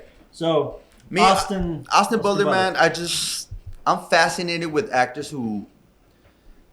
I'm gonna put him in the same category. I know this is kind of, but with like Heath Ledger, who just Oh, that's interesting. they can't get out of it. Like who told me? Yeah, they, that they accent. lasted a while. The accent still in his media run for the awards season. It's me still because there. you were saying it like for 6 months. Like, I still hear it's it. still it's there. still there. And he's been public about like, I can't do it. I'm trying, man. I'm trying, but he's lost the southern drawl a little bit, but he still has the thick accent. So I think it's definitely the biggest thing for the movie. It's just that's interesting about the method thing. Yeah. yeah. It's just I find it, and me as an aspiring actor, trying to portray Elvis Presley, the king of rock, right? Yeah. King of rock and roll. Rock and roll, Highest selling single artist Of all of all time. And I just think, man, I give this guy so much respect because, like he said, when he was picked, just like anybody else, like, this guy's gonna portray Elvis. Right. By the way, if you don't know that story, go listen to an interview of Austin Butler telling you how he got casted and why. Basically, Vanessa Hudgens, he dated Vanessa Hudgens for the longest time. Yeah. And she was basically like, you should play Elvis. Like, she heard him singing a song in the car once. Like, you should find the rights. Like, who owns the rights to a good Elvis script? And like, you should do this. And not like a month later, he got the call. Like, about, he sent in a self-tape. Dude, that's the one that Dude, I want. watch this, listen to the story. He tells it way better than I do, but it's... No, That's kind of the dream, man. For him to be this Disney Channel kid and then get thrust into like a Tarantino picture and then that going into this. What did he do for Tarantino? Once Upon a Time in Hollywood, he played Tex. Oh shit! That's Austin Butler. Yeah, He man. was Tex? He was Tex. Really? You didn't know that? What? No, I did not know that. I kind of, dude. And then seeing him in this now. Exactly. Oh, by the way, like I watched the Actors Roundtable, Hollywood Reporter for the actors. Check it out. It's a great conversation. He's the youngest of the bunch, man. And I he's think I saw a little bit of it. dude. Yeah, it's so he's weird. He's sitting next to the thing. Adam Sandler, Brendan Fraser, Ki Hei Kwan. Why Sandler? Hustle, because they thought this was before the nominations were announced. 31. He's 31. Yeah, he was the youngest of the bunch, and he's the top contender, dude. Like that's He's impressive, really man. great, I yeah. That's what I'm respect saying. that. Like, but I respect that. definitely, I mean, I'll say as far as acting goes, I can't imagine anybody else playing this. Yeah. He really sold it for me as far Very as impressive. Elvis. And then even when they, at the end of the film, when they start showing like clips of it side to side, oh my God, Yeah. he's so Yeah, Elvis. yeah. Is it that last performance? Oh, The piano my performance God, at the yeah. end where he's like, when he's like, Did- how many hours did he study? fun that? fact, gosh. My mom saw that performance. Oh yeah. Oh, like live? Yeah, she As a saw it kid? live, and she was. I think my mom too. She was 16 and helping people who had got their tickets go to their seat for Elvis, and that's how she saw it. No Nice. Yeah. Wow, Did she that's say that it awesome. was just insane? she mania? said, Mania? well, when we were rewatching that last scene, she was saying how Fucking beautiful. it was so That's weird. the Oscar scene, by the way. Yeah, That's the Oscar scene. it was so weird because, well, not weird, but she says it was towards the end of his cycle, and like he would forget lines, but he was super charismatic, so he was very bubbly about it, and just like, oh, I guess I forgot it, and then he'd keep going. But when she saw it, she was like, yeah, that's what I saw. Imagine getting this Vegas contract that just drains the life out of you, man. Oh, but that's what. Jeez. Didn't he mention why he didn't tour, right? No, Because what happened? Because of the contract.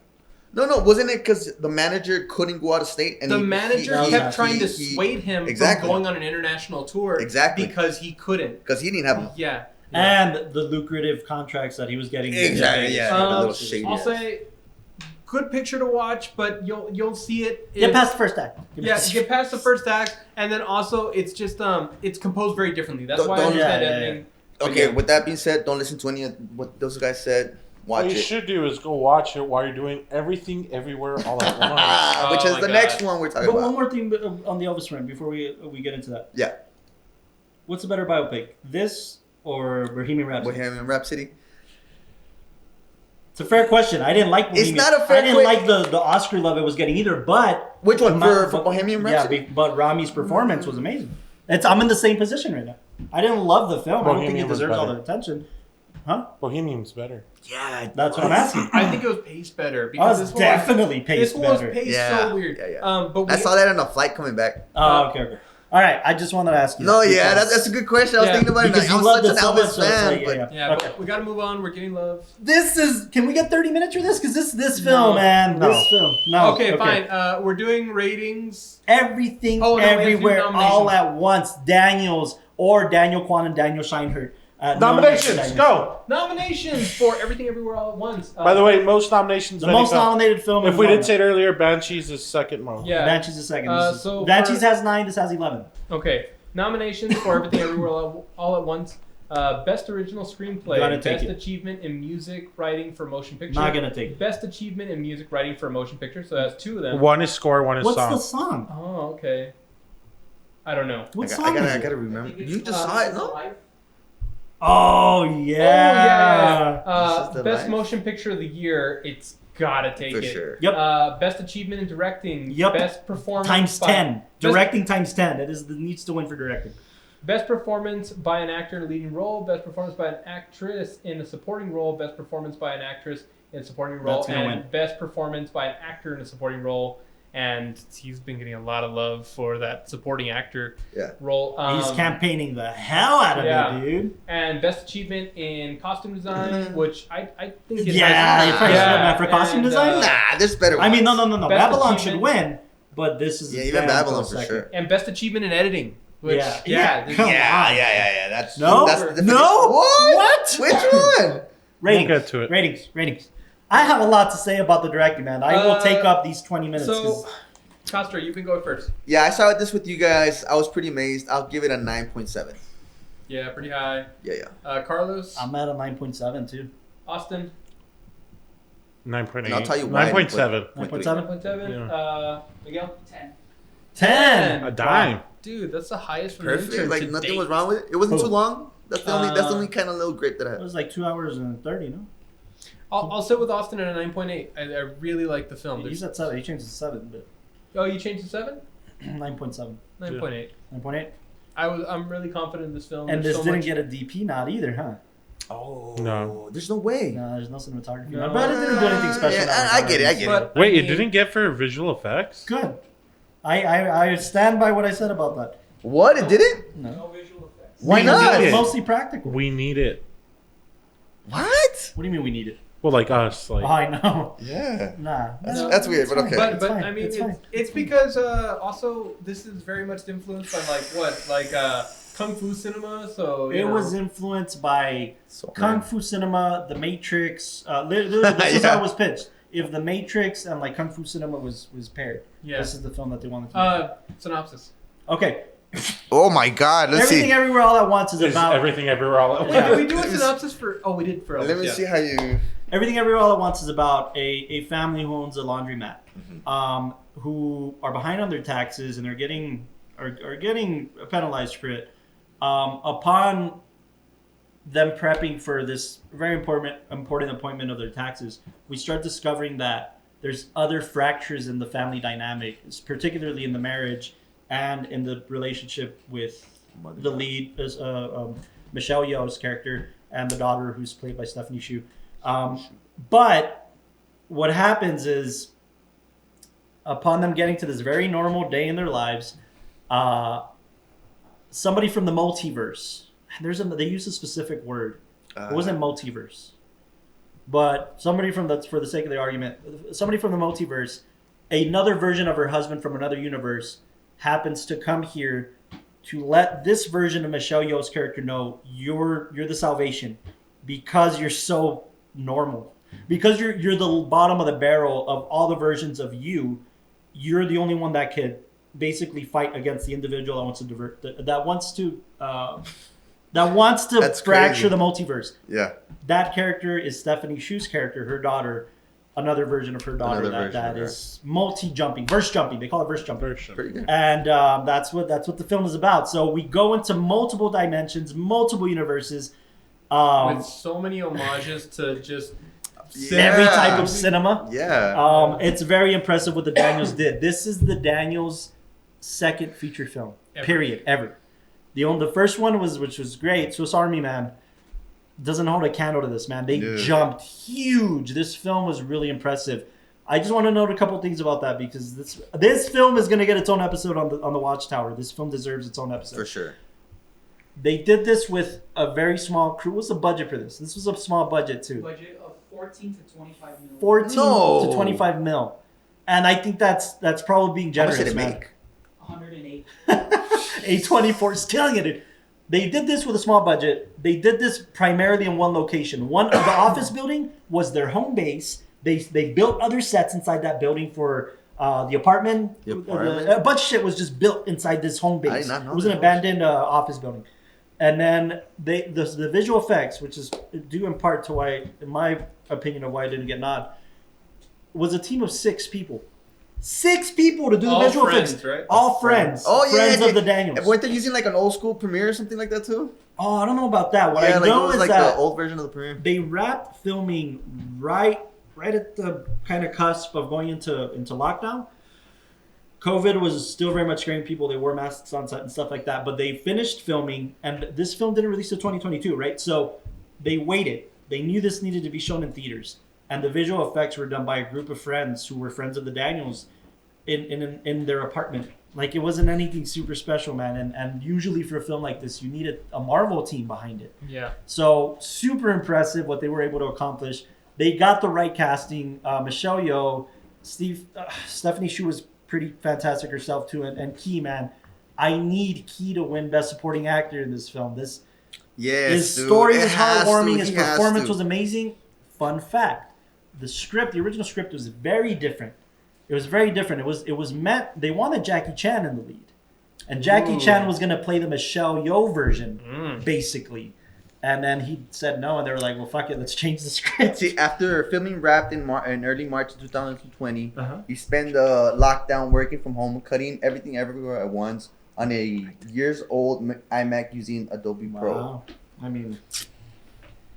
Dude, it's what's insane is that it's an indie budget, but not an indie picture. Absolutely. Exactly, bro. This film was phenomenal. Not only on the technical front, but the story is quite amazing. The arcs are there. Yeah, this one is not Avatar. This one for sure. Dude. The arcs are there. The arcs are there, and I haven't seen a filmmaker interweave the multiple arcs to thread them onto one arc that these guys have, man. That's super impressive. Genius, bro. That's a It's beautiful insanely impressive. I really do.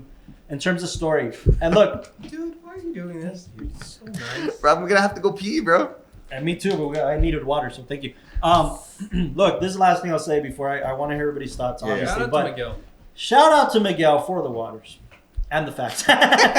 And the flip-offs. I'll just say this last thing. I'll be the first to say it. I'll be the first to admit it because everybody in this room knows this. When we first walked out of the theater, the first time we saw it. I may have seen it once before that. No, we saw it together. We saw it together the first time? I hope. I think so. I walked out of the theater and said, that was fucking amazing. I don't think it's going to get as much Oscar love as it probably deserves. And I think I walked out saying it's gonna. And you were like, "No, dude, this is Best Picture. This is gonna be Best Picture." But to be fair, this was like the first. This was the first screening. It was like in May or something. Yeah. And everybody again adamantly disagreed with me and then said, "No, like, dude, this is gonna get Oscar love." And my reasoning was, you got a bunch of older white people voting in the Academy for the most part. That's just the way it's set up right now because now we're getting more inclusion in the Academy, but. I don't think they're going to vote for the dick jokes and the butt jokes and I don't think they're going to go for it. And everybody's like, no, dude, that's not distracting. And listen, and I will say this, and I did say this that day. I hope I'm wrong. I hope if I'm wrong, it means the Academy is getting more progressive. Yeah. And I'm wrong. And I was wrong. And the Academy, look, I rewatched it. I rewatched it last night. And the dick jokes weren't as piercing.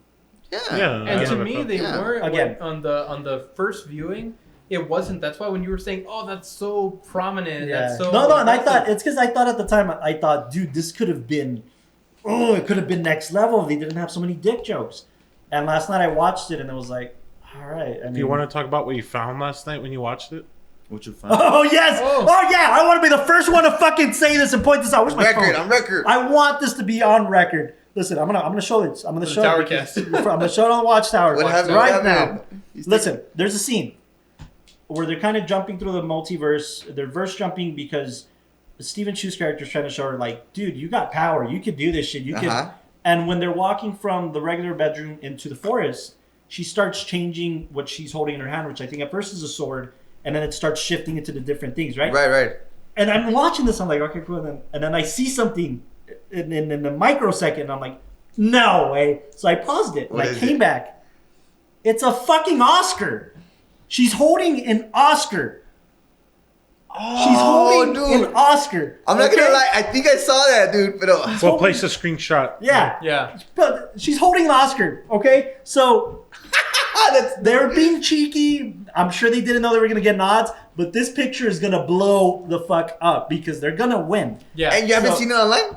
I haven't seen I it haven't anywhere. I don't know yet if it's out there. And It there's might people- be. You gotta There's, put it on the thing. Eh? There's people like working. I remember to make like a filter where basically it's the everything everywhere all at once filter for the faces because whenever it's shifting and you see her in different faces where it's just like yeah. and all that kind of stuff, and they're working on that. But so more and more people are noticing all the little like subtleties because Well, now that there's a Blu-ray, you can Exactly. Now you can pause and stuff. slow-mo or Great. whatever. But that's how I found it. And I'm like, well, these motherfuckers think they're clever. They're going to just throw an Oscar in there. They're going to win Best Picture because they are. This is going to win Best Picture. And if it doesn't, it's going to be another film we're about to talk about in a bit. But it's the only contender I foresee beating out this film for Best Picture.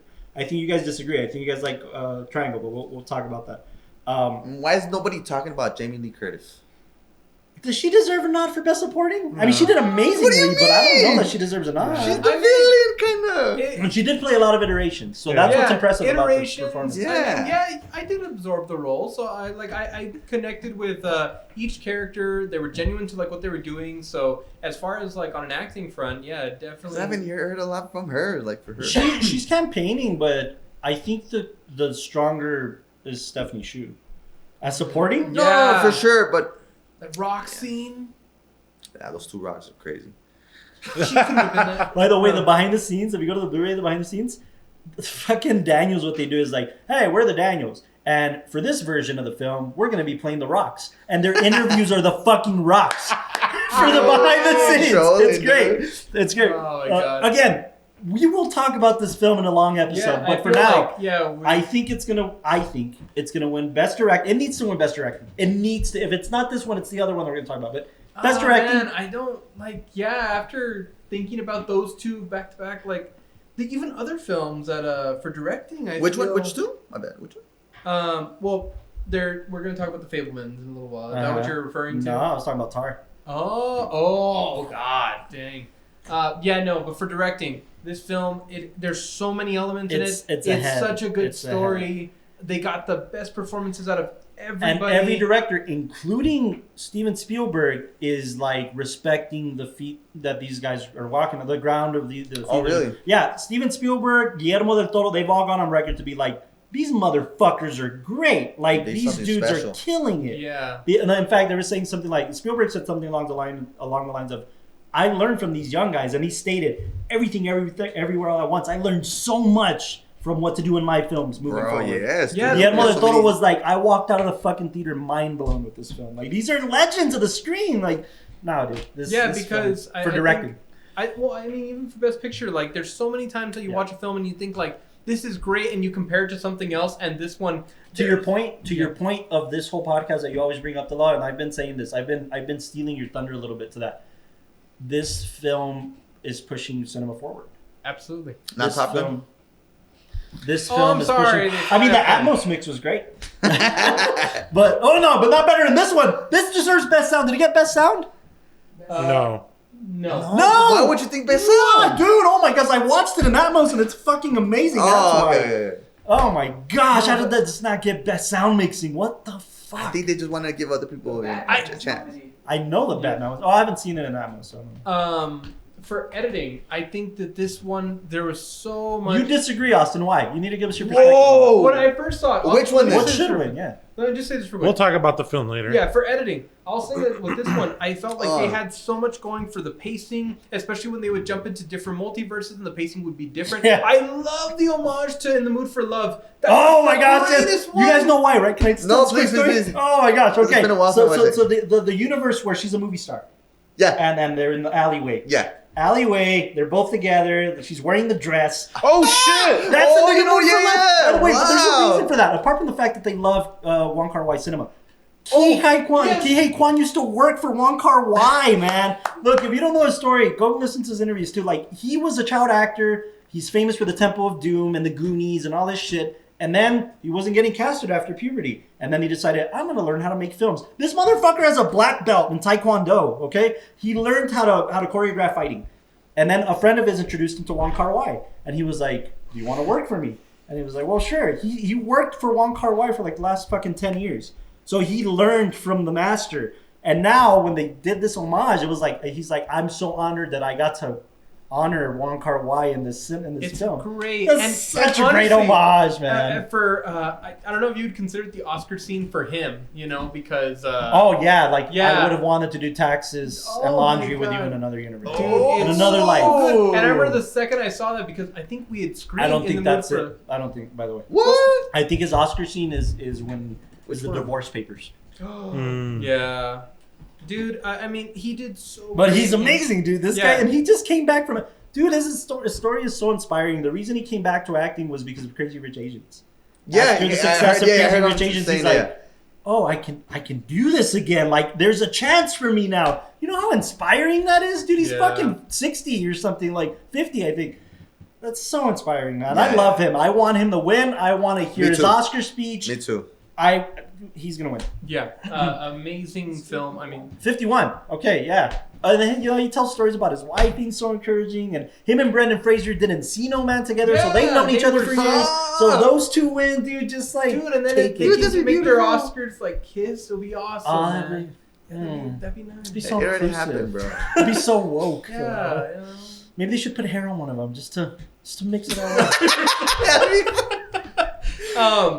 Wait, we still gotta talk about women talking, bro. There's too much to say about this Yeah, picture. just go watch it. Yeah. It's on. I Paramount. bought the Blu-ray. It's on Paramount. No. Buy it. By the way, Buy it. just FYI, if people don't know this, this is how you do this right. I've been to my brother and my cousin Bones. They're huge MCU fans, and I think I used to be once upon. I am, but not anymore. Yeah. My point is, the Russo brothers produced this film. Agbo produced this film. They're independent production company who we actually did a film for. Sort of. We did a short. You were in it.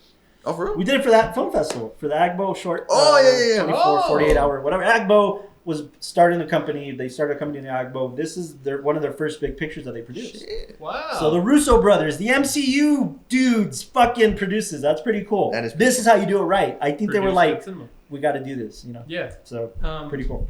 Man, there's too much to talk about, but as far as the story, super original. The humor is great. It's well balanced. Let's talk about one last thing. Yeah. Michelle Yeoh. I love the relationship with Quan. I just that But her chemistry. performance. By the way, if you don't know that she's a fucking legend of the screen, dude, go back and watch her early pictures. Like, she's a legend. This isn't just.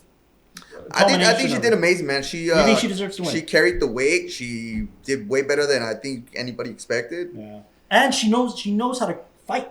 She's Yeah. You been said, in you fighting. said Both of them. That's why the fanny Quan- pack Quan- scene for like this that. motherfucker was amazing. But like, they both have training and fighting performance and stuff like that. But That's why I was kind of interested. Like, what's his the performance that they're gonna pick for the Oscars? And I don't know which this scene for which scene. for Key? You said the divorce papers, huh? The divorce paper scene. Yeah, for sure. What about for Michelle? Same. That's a good question. No, the daughter. The daughter. The stuff. end? The ending. Yeah. The parking lot scene. The parking lot scene for sure. The when parking lot yeah. scene. The parking lot scene, or like when she grabs her from the Yeah. From the bagel. from the bagel, the Everything everything bagel. That was so creative too, man. By the way, shout out to JJ. I gotta give him credit, man. He's the one that like pushed for me to watch this film. Okay. He got the screening at the premiere at South by Southwest, Oh, the shit. world premiere. And I remember his exact words, and I couldn't agree with him more at this point. This is the most creative film I've ever seen in my life. Yeah. Those were his exact words. Question: why didn't you give it a 10? Why didn't I give it a 10? Yeah. To me, it was a little too long, and it could have been told. Well, no. That's I'm why, not. that's why I'll I'm. Well, delete no, the that's last why part. I'm leaving it like a 9.8. I mean, I'll be frank. I feel like whenever there's those little bits missing, maybe it just comes down to like preference and stuff like that. But it had so much going for it. I mean, No, for sure. I feel like that's the only little. take it this way. Me and Austin only saw it once, and sometimes with films, we'll watch them, be amazed, and then time goes on, and then You we forget move away about from them. And That's how I you've was had with that with a lot of films. Mhm. this one, it one still holds up. stays. It stays in your head. Still stays. And initially, when I saw it was a 10, and then right now I'm like, no, there's still too And much good to talk the about. thing- I will say, this was one of the what's the films missing that gets factor? better. Yeah. Gets better. I saw it a second or third time. Uh-huh. I think it's better. The more you watch it, the better it gets. Yeah, 'cause those I little, really like- appreciated it. So what was it missing then? To be a You- perfect for me? 10? Yeah, perfect 10. I think Maybe I'm the split humor- down the middle. Look, our time is like over, but Yeah. I'm split down the middle. It wasn't the humor. It's fine. I mean, I'm I trying to accept figure it. out, I accept it uh-huh. for what it is. My personal opinion. Look, I come from the indie world. I love these guys. My problem is, I think that if this was my film, and this is probably what's wrong with me. This is probably why I'm not making fucking films, right? The indie in me is like, fuck yeah, these dudes did it with a little bit of money and the VFX. But when you see the behind the scenes, I'm like, that's it. Like, Really? oh, that's kind of cheap. I didn't. What do you love mean? That But you they, like. look what they did. I know. Like my indie side is like, but my cinema side, my like honoring cinema side, it's like you guys could have worked a little harder, man. Like you could have made But that's it a the little beauty better. of it, bro. I know. I It's don't just know. resources. Resources Yeah. are getting better. That's I just have to accept that, and I have to embrace it. Like in my own filmmaking, I get it. It's like the going to be a honesty. longer talk when we do the episode for it Yeah. because, we got to move on. Okay, next film, which One of my favorite pictures of the year. Why is it It's not gonna being get it. talked about? It's not Do you gonna think get it's as much 'cause- love. do you think No, it's- it got a best film at the Golden Globes. Well, me, I haven't heard much Yeah. of it, and I think it's because everybody's just used to Steven Spielberg. Listen, this was my No, behind no. behind Babylon. This was my most anticipated film of the year. Yeah. And we're talking about Steven Spielberg's The Fabelmans. I can't quite call it a swan song because dear God, I hope Steven makes more No, films. he even says, like, No. I hate that people keep saying this is my swan song. It's because it's the most autobiographical film. He based it entirely He calls it like a fictional biopic. fictional biopic. Yeah, I mean, Which is weird, but I get it. Oh, no, I can get it. Yeah, but I think it's very impressive what Steven did coming off the West Side Story. By the Dude, way. it made me feel I like thought a kid West again. Side Story was amazing, but it makes you feel like we've all gone through something in this regard of like, man, Yeah. a secret from our childhood that Yes. defines us almost, right? Yes. By the way, and it's no secret, Steven Spielberg has incorporated in every one of his films that divorce played a huge role in his life. Like every one of his major films, there's a couple on the rocks or a couple getting divorced From E.T. and their parents. Yeah, E.T. The film you love, Close Encounters, fucking everything, man. Yeah, Like, yeah. Ready really, Player One. Ready Player One, absolutely. So, yeah, this film was phenomenal. Yeah. Okay, synopsis or Yeah. So nominations for The Fabelmans, Best Achievement in Directing, which is strong contender. But Strong. why though? Why though? I Is it because think it's Steven strong. Spielberg? This is the short answer is because there's a better director. No. Hold on. Would you think that if somebody else directed this, it would have been more? No, No, absolutely no. not. But It can only be- comparatively to the other films that are nominated. I think this was a great film, bro. Okay. Just so we Yeah, have Compared enough to time. everything, Just so for we have sure, enough but, time. Shut up. Or dude, John Williams. I forgot about this. Go for it, Doc. Go for it. So, best achievement in directing, best achievement in music written for a motion picture, best motion picture of the year, best performance by an actress in a leading role, best performance by an actor in a supporting role, Judd Hirsch. best original screenplay, and best achievement in production design. I don't think it's gonna win anything but score, and I want Babylon to win. Really? But this is a strong case for John Williams. Aw, man. When I first heard the score, if I it had dawned on me. I was like, I "Is this think John if- Williams? I don't think this doesn't feel like John Williams, and that's impressive." I think if I hadn't seen Tar, I would have given this actress. You know. Yeah. Yeah. Michelle Williams. No, I don't know, Michelle Yeoh. Damn it. Okay, fine. If As good if as there were less films good as this Michelle. year. By the way, you guys, I feel like Seth Rogen should have gotten a little nod here Oh. for supporting. Ooh. Why did Judd Hirsch get it over Seth? Nah, he Well, was too what, the Seth uncle? Rogen-y. Yeah. Man, Yeah, he it's was- great, but I agree with him. Like the character He's good, was good, but it's but it was him. Seth I Rogen. think so. Yeah. All right, ratings. Okay. Well, hold on. ratings. Synopsis or no? Ratings and then synopsis, I guess. Okay. Right? Or... No synopsis. or Okay, ratings. so quick, dude. Filmmakers, pay the fuck attention because this is a filmmaker. Dude, I love this one, dude. The ending, especially, man. David fucking Lynch coming out as John Ford. Oh. Pay attention to this. This is a young Sammy, roughly based on Steven Spielberg, who falls in love with filmmaking at a young age through trains. Really, yeah, filming trains really turned him on to what was the movie that you watched? The Greatest Show on Earth. It was The Greatest Show on Earth. That's the name of the film. That's the one where they're rubbing the. Yeah, it's called The Greatest Show on Earth. Oh, okay. And a real film and it's No, yeah, I've seen it. I just didn't. It's called The yeah. Greatest Show on First Earth. film he watched in theater. First film he watched in theaters, and this was Spielberg too, by the way. Like, I thought it was a Great Train Robbery for some reason, but I know that's older. The one before that. Yeah. The Greatest Show on Earth, and he was awe-inspired by this film that he goes home and plays with a train set and recreates the scene, and then he films it and falls in love with filming sequences this way.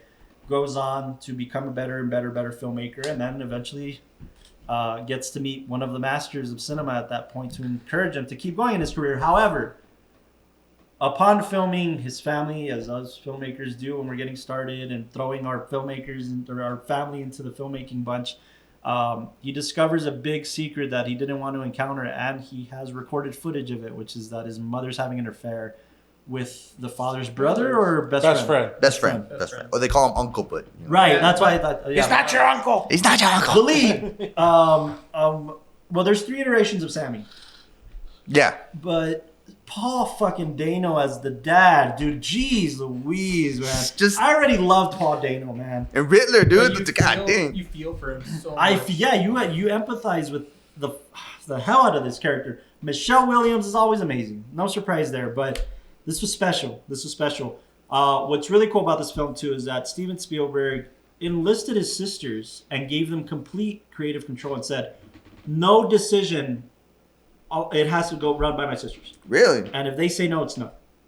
Just to hold the authenticity. I mean, the set design. Yeah. When he walked in, there's a behind the scenes of this too. Like when he walked into the production design for the first time, he cried. It was his childhood home. And like, this was his most intimate film. Co-written by Tony Kushner, the great Tony Kushner, which has been Steven's collaborator since Schindler's List, I think. Maybe before that. But he did Schindler's List, he did Angels in America, he did West Side Story, and the Fabelmans. He's done a bunch of shit. But beautiful script, and they've been imagining this for years. And it wasn't until the pandemic. If the pandemic hadn't happened, the Fabelmans wouldn't have happened, because that's when Spielberg was finally forced to sit down and write the script with Tony Kushner. It was Tony Kushner's doing of like, you need to fucking write this story, because they would tell each other stories about this. So, ratings for this terrific picture. 9.3. 9.3. Dude, they had everything. Everywhere? Not all at once.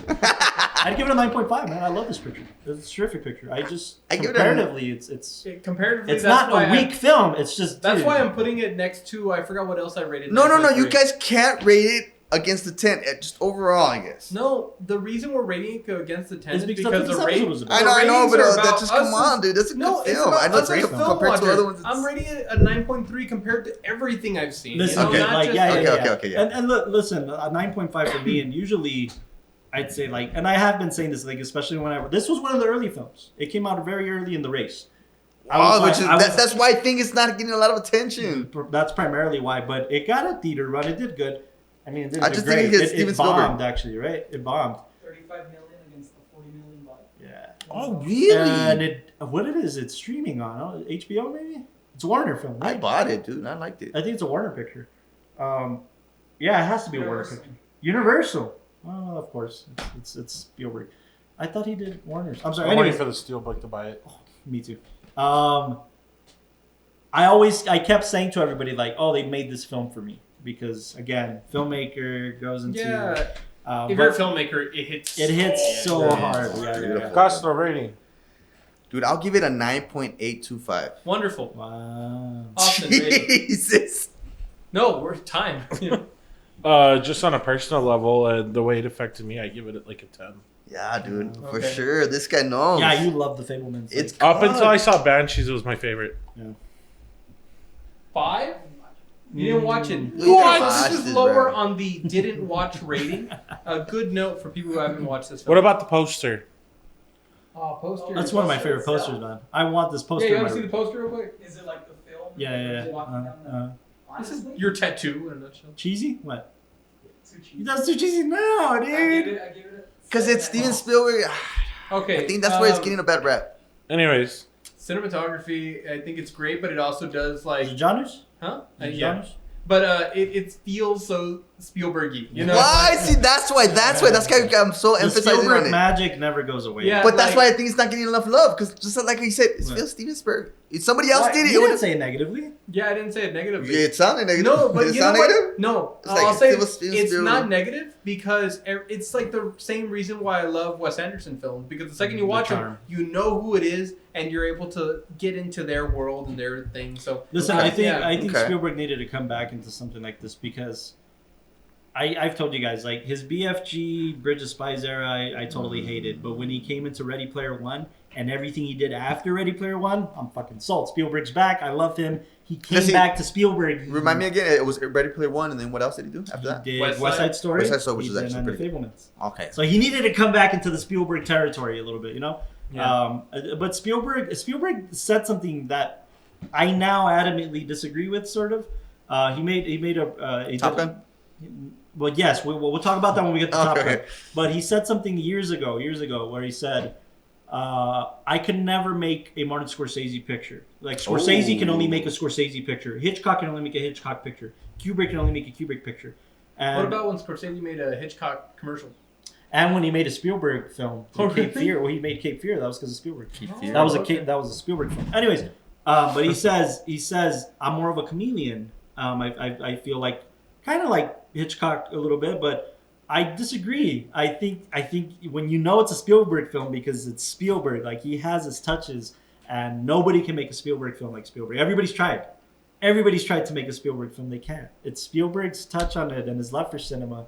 And his appreciation for storytelling is massive, man. Yeah. And his grace. I think the biggest thing Spielberg has is grace. Yeah. His grace in storytelling, his grace in personality sure. is like he's just 100%. fucking awesome. I also 100%. love that when this film, after we saw it and they were showing a little bit of the behind the scenes, where he has so much appreciation for the crew, which Yeah. we talk about how filmmakers did a great job, and we talk about like, oh, these departments did good, but the fact that he points them out. appreciates everybody, and even I know IATSE's like saying that they love the fact that he thanked the production assistants, a position that right now there's a lot of talk about, are they able to join the union or not, and stuff like that. Right. And I do love the fact that Spielberg, even with this film and every other film, He has this great tradition that I love. And I'd love to do something like this on my films.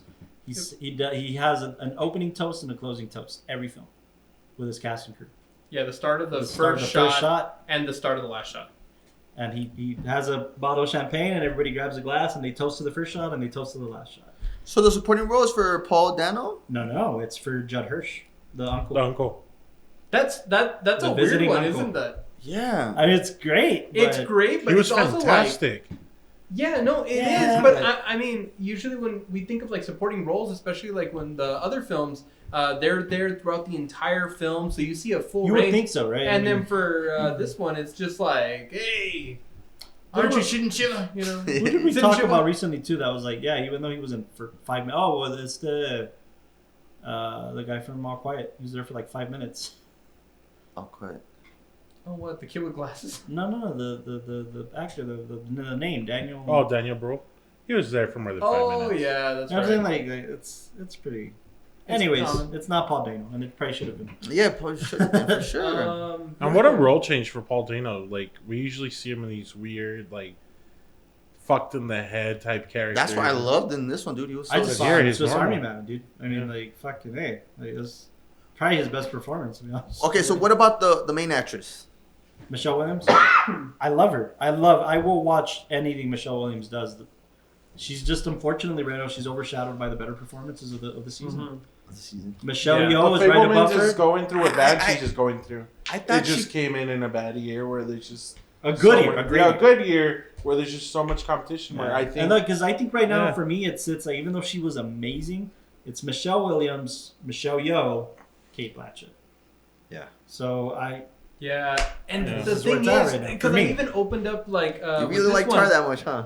I love Tar. Yeah. You're fucking kidding me. But I opened up by saying that I thought she could have, like, if it wasn't for Tar, I thought she could have been Best Actress. But then, even then, we're saying there's so many strong performances this year from actresses, which is I don't. Oh man, but then we're gonna talk about. Also, I didn't really like Michelle Williams. really? Well, okay, no. Let me rephrase that. I In like general or in this film? in this film. No, in this film, I liked her. It just felt like I know it has to do with the character, not knowing like okay, he's just cheating on this guy, so she can't really show that much. I just felt like there was somebody else could have played her.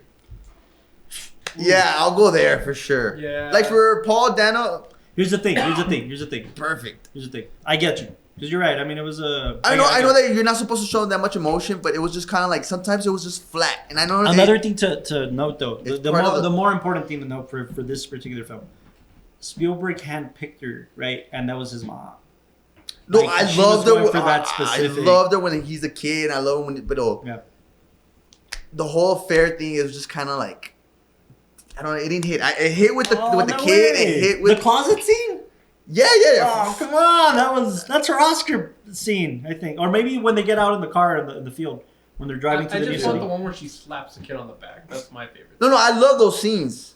Wasn't that the what scene was that? I know I remember That's that the one moment when where- he's studying for his swimming exam. That's right. And then like She slaps him on the back, and No, that's she when makes- he shows her. Yeah. Yeah, she makes a joke after cooking breakfast, and then he's like, "Why are you joking around at the time? Like, you're always joking." He's like, "Oh, damn it! Like, respect me." And then, like, how about that? I think joke.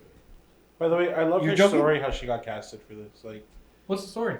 well, like I don't remember how you were saying Spielberg handpicked her, and Spielberg reached out to her, and they were on a Zoom call because it was still during COVID. And she said that it took her about like half an hour to realize what Spielberg was asking her to do. That's true. And when she realized it, she just started crying. Like, and she didn't believe that she could pull off being his mom. I'm saying that she was good. Now I feel bad in case Steven No, Spielberg. but you're. I mean, you have Yeah, every no, right and to then be the- like. It's because the thing is, I too, love the like, relationship You just- love.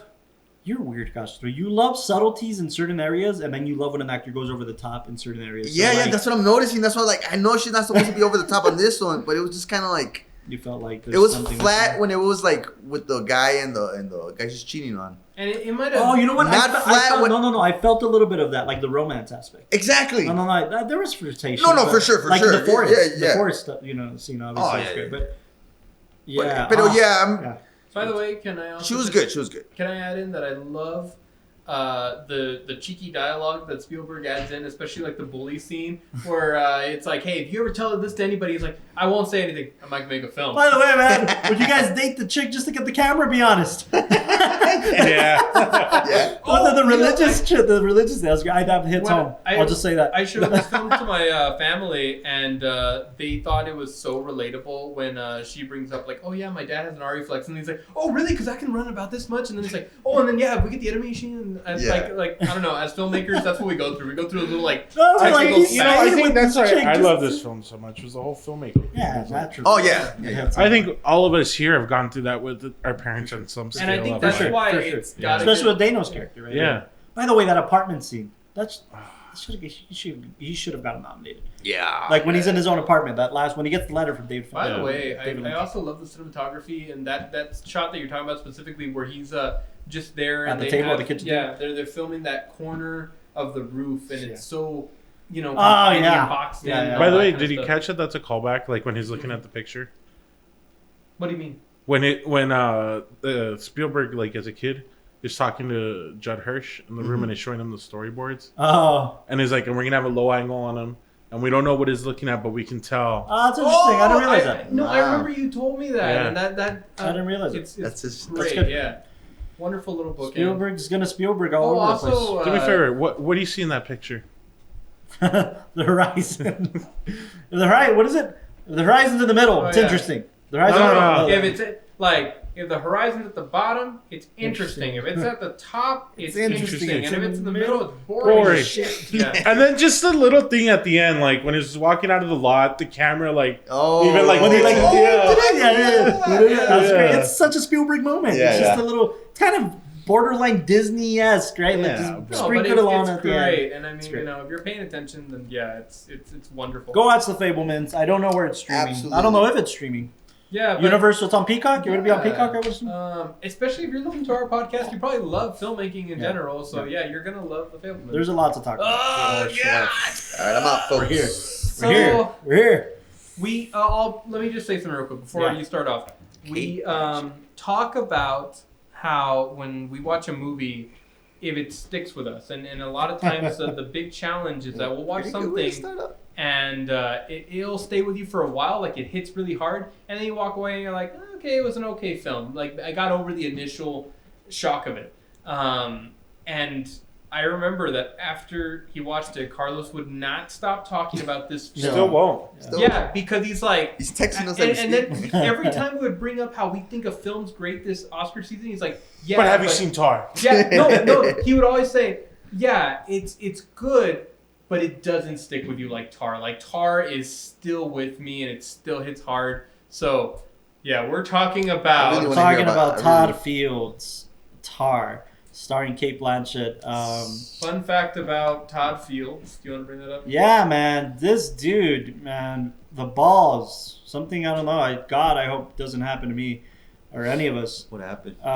He basically had a pretty prominent filmography in the 90s and up until the late 90s, early 2000s. He did one of his most famous films. I think it's called Little Children, and I think that was his big claim to fame, and he got awards and but then he stopped. Just stop. He just stopped out of nowhere, and I haven't done more research on why this happened. And this was his first film back.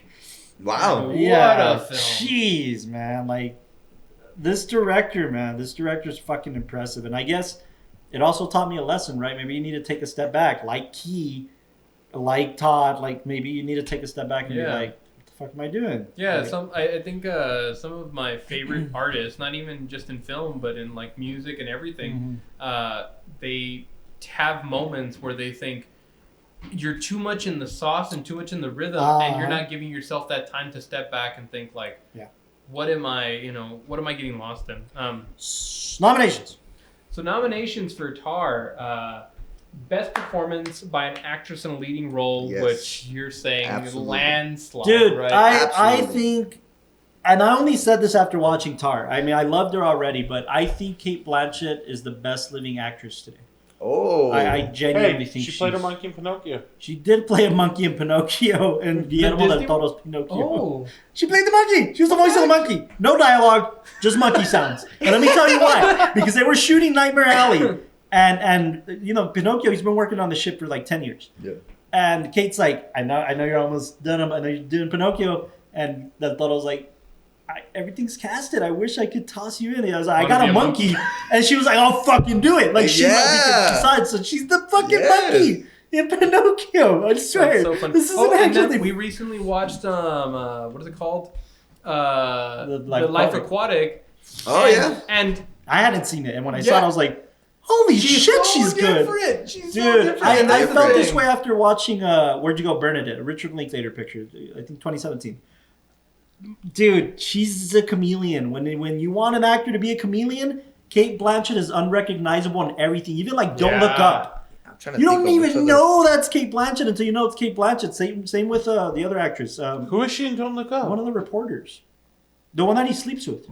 Oh, shit! It's Kate Blanchett. Yeah. That's what I'm saying, dude. She'll pop out in And every then the other film one you was love. Charlize Theron, wasn't it? Yeah. Yeah. Was it? I think it was Charlize Theron. But anyways, Kate Blanchett, dude, like she's So- a fucking chameleon. Yeah, And like we talked about, go back to our Aviator episode. She won an Oscar for The Aviator for playing Katharine Hepburn, Yeah. a legend of the Aviator screen. episode? Yeah, we did The Aviator, right? Like during the No. pandemic. No, No. we I watched thought it we together. did. We've watched it, watched but we it. haven't Oh, done I'm an sorry. episode. I thought we had an Aviator episode. Coming soon. Coming soon. Coming It's The soon. Aviator. So Carlos next pick. Yeah, probably. Okay, so Now- that now first I know nominations what to do. because we're running out of time. Yes, I'm sorry. So yeah, best performance by an actress in a leading role, best motion picture of the year, best achievement in directing, best original screenplay, best achievement in cinematography, which is amazing in this film, and best achievement in film editing. You know, it's a short list, but it's a strong list, and I mean, you know, it doesn't disappoint on every front. Definitely, she's gonna take the best actress for the leading role for sure. Oh man, it's Yeah, Michelle was good, but we're running out of time. 20-second synopsis. Tar is about a. oh yeah. I mean, this is beautiful. Tar is about a renowned composer and Cracks conductor. under the I'm sorry, pressure. composer and conductor. Just No, it's because it's history. both, and they make it very clear in this Yeah. that both are individual and both Well, are yeah. important. A conductor and composer, renowned, very very highly regarded, who is a student of Leonard Bernstein. If you know Leonard Bernstein, we just talked about West Side. To go look at Leonard Bernstein's music. She's a student of his, and becomes this amazing composer and conductor.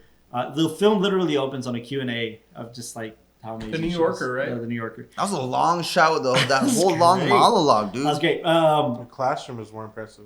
Yeah. We'll get there. Oh, yeah. But anyways, Yeah. Quick. we start unraveling the layers of who she is as a person, and just when you start falling in love, and she validates herself, she can back up her shit. Yeah. She knows her shit. I love that. But when we start getting into her personal life, we start unraveling the fact that she's not the best person in the world, and She'll do whatever it takes. she drove an individual to commit suicide, and that really is where the shit hits the fan, and we start really knowing who she is. So it's terrific picture. My gosh, ratings. Damn. I'm gonna say 9.9. Wow. Super high. I'm right there too. 9.9. 9.9. Gastro. 9.9 for me. 9.3. Okay. 9.3. Austin. Yeah, 9.9. Wow. Hi. 5? It's a 5? Haven't It's seen a it. solid Haven't seen it. 5. Dude, this guy is stone cold when it comes to his ratings. I think this film's a shoo-in for Best Actress. I think it maybe be the second contender for me for directing. Best picture. I don't think it's going to win Best Picture, Well, would it be man. second? I think it would be second for Best Picture. I think Everything Everywhere's going to win, but if Tar won, I'd be completely happy. Now, editing. I don't know. Cinematography, hands fucking You don't know. down. This is What? editing. Hands fucking Nah, down. dude. What What? cinematography is better than this? No, I'll wait, probably what give was it to the about Fabelmans or. This is- It didn't get Editing. nominated, did it? Oh, yeah, it Right on did. the western front, Vaudeville, Elvis, Empire of Light, and Tar were I didn't see Empire of Light. Elvis. Vaudeville should. Oh, shit, Elvis man. has a Vaudeville's chance. DP work is fucking amazing. By the way, he said it's going to take editing. You think he's going to take editing? Tar is. What? Do you agree? I think, no, I'm saying Tar is going to take No, editing. no. Do you agree? With He's what? saying. He's saying. I'm the one He's Oh, saying. like you think it should. No, it's going to take He's it. saying. Okay. I don't. I think. Editing is Banshees of Inisherin, Elvis, Everything Everywhere All at Once, Tar, and Top Gun. Everything's up there, dude. It's I not think going it's to take between everything editing. or Tar. It's not going to take Cinematography? editing. Everything. No, editing. I could go on this for about 20 minutes, but it's not. Everything's not going to take editing. What do you mean? Don't So- worry about it. I We don't have know. time. Look, We don't have time. I'm We gonna gotta- edit it. Oh, that's tough, We man. gotta talk Okay, about I this. can I give don't a know quick. how- Look, listen. How is This this is for a very editing? interesting thing. This is a very How is this interesting for thing. editing? This Everything Everywhere All at Once and Tar, in most people's opinion, in this room at least, are the top two contenders for Best Picture, Yeah. Best Directing, Best Editing, and Best Cinematography. Look, Yeah. if I can have for 2 minutes for editing, right? All right, I'll give you. The reason I'm not taking everything ever all at once, and one big thing I like to always think about is the year that Dunkirk won. Baby Driver should have won that year. Ooh, yeah. And that helped me understand a lot better of what editing really is as a craft. Editing is not necessarily the cuts that you make nor the matches that you make. Okay. It's about the retelling of the story that you take care in the editing room. Right. Everything everywhere all at once is great. The quick cuts, montages, and everything. But I feel like Tar is told a whole lot better in the editing floor than Everything Everywhere All at Once. I see what you're saying, and that's beautiful. I didn't see it like that. But I think what makes Everything Everywhere at Once so great is it's for today. For That editing? fast. That's Picture, though. That's the thing. Yeah, does it go down to picture? Does it go No, down to editing photography? because of people's attention span. I think it Oh, was I see. the But pace that's was the so point, though. fast. Editing, That's terrible. that's What not you It talking is about? terrible, but he's not wrong. No, I What know. you doing? This is for people that are just Well, staying okay, engaged. you're not- I bet you for Tar, Okay. it's gonna be on like a it's a slow technical burner. front, on a technical front, yeah, but for what editing truly is, That's everything beautiful. everywhere all at once is okay when it comes down to editing. But I guess to me, it's just too much of a slow burner. Okay. Look, like the reason I believe that All Quiet on the Editing Western wise. Front should Yeah. have it over Banshees in there was one little comment that Delao said towards the end of the film was when we were getting all the cuts like near the end. Delao said something that stuck with me is like, these cuts are making me uncomfortable. And I was like, Tar? good. It should on All Quiet. Okay. Oh, sure. Okay. I So will say this. that's why I'm saying That's- yeah, Tar that's should good. win and it's going to It's because win. you know what happens with everything. I agree with Austin. I agree, but I think Everything Everywhere. The thing about it is the cinematography and the editing were very well thought out of this film. Like the Daniels are editors in their nature. That's what they did. There's special effects guys coming up out of college and stuff. So like they're editing. I think the thing about I'm just mentioning this. Like I think the cinematography and everything were beautifully married with editing. So I think the cinematography should have more weight because you were thinking about that on set. You were thinking about the cuts on set, whereas Tar was refigured back in the editing room. Exactly. I think And it's look, two different. if it was me 5, 6, 7 years ago, I would have agreed everything everywhere. But I remember when Dunkirk won over Baby Driver, it helped me understand what editing truly is. That's good, man. That's actually really good. And that's Give why me I a think different Tar should win. perspective. To your point, though, I hope you're right. I don't think the Academy's going to vote for this for editing. Yeah, because I hope you're right. I hope it wins for editing. It's voted People on don't by editors. give a shit anymore, and that's what we're advocating for here, right? Yeah. Like, people should give a But shit. it's voted on by editors. Not just editors. oh shit. The whole Not just Academy? it's the whole Academy. The whole Academy votes for everything. Directors don't vote for directing exclusively. Actors for actors exclusively. The Academy votes for everything. It's not just editors. So Well, people don't care. That's my point. If it were just editors, did it won the ASC? Who won the ASC for editing? You good? Yeah, they're working on it. But Yeah, what we you do get that? something. You get fast. Yeah, who won the ASC award for editing? And let's ask already. Who won for cinematography? for cinematography, I don't know. Who won ASC? This is important in this topic of conversation.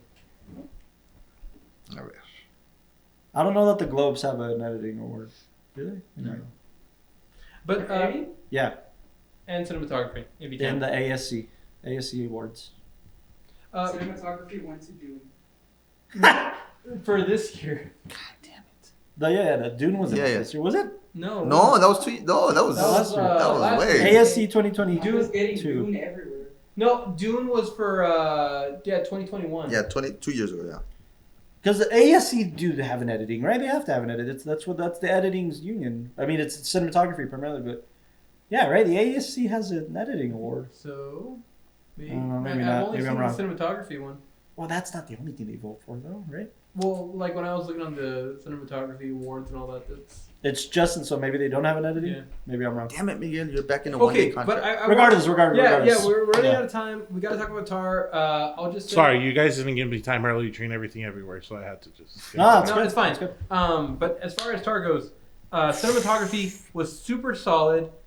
This whole fly on the wall perspective, but also you just kind of being on the shoulder of everything. Dude, and then, it's super- when we talk about cinema verite, yeah, when we talk about proper cinema verite.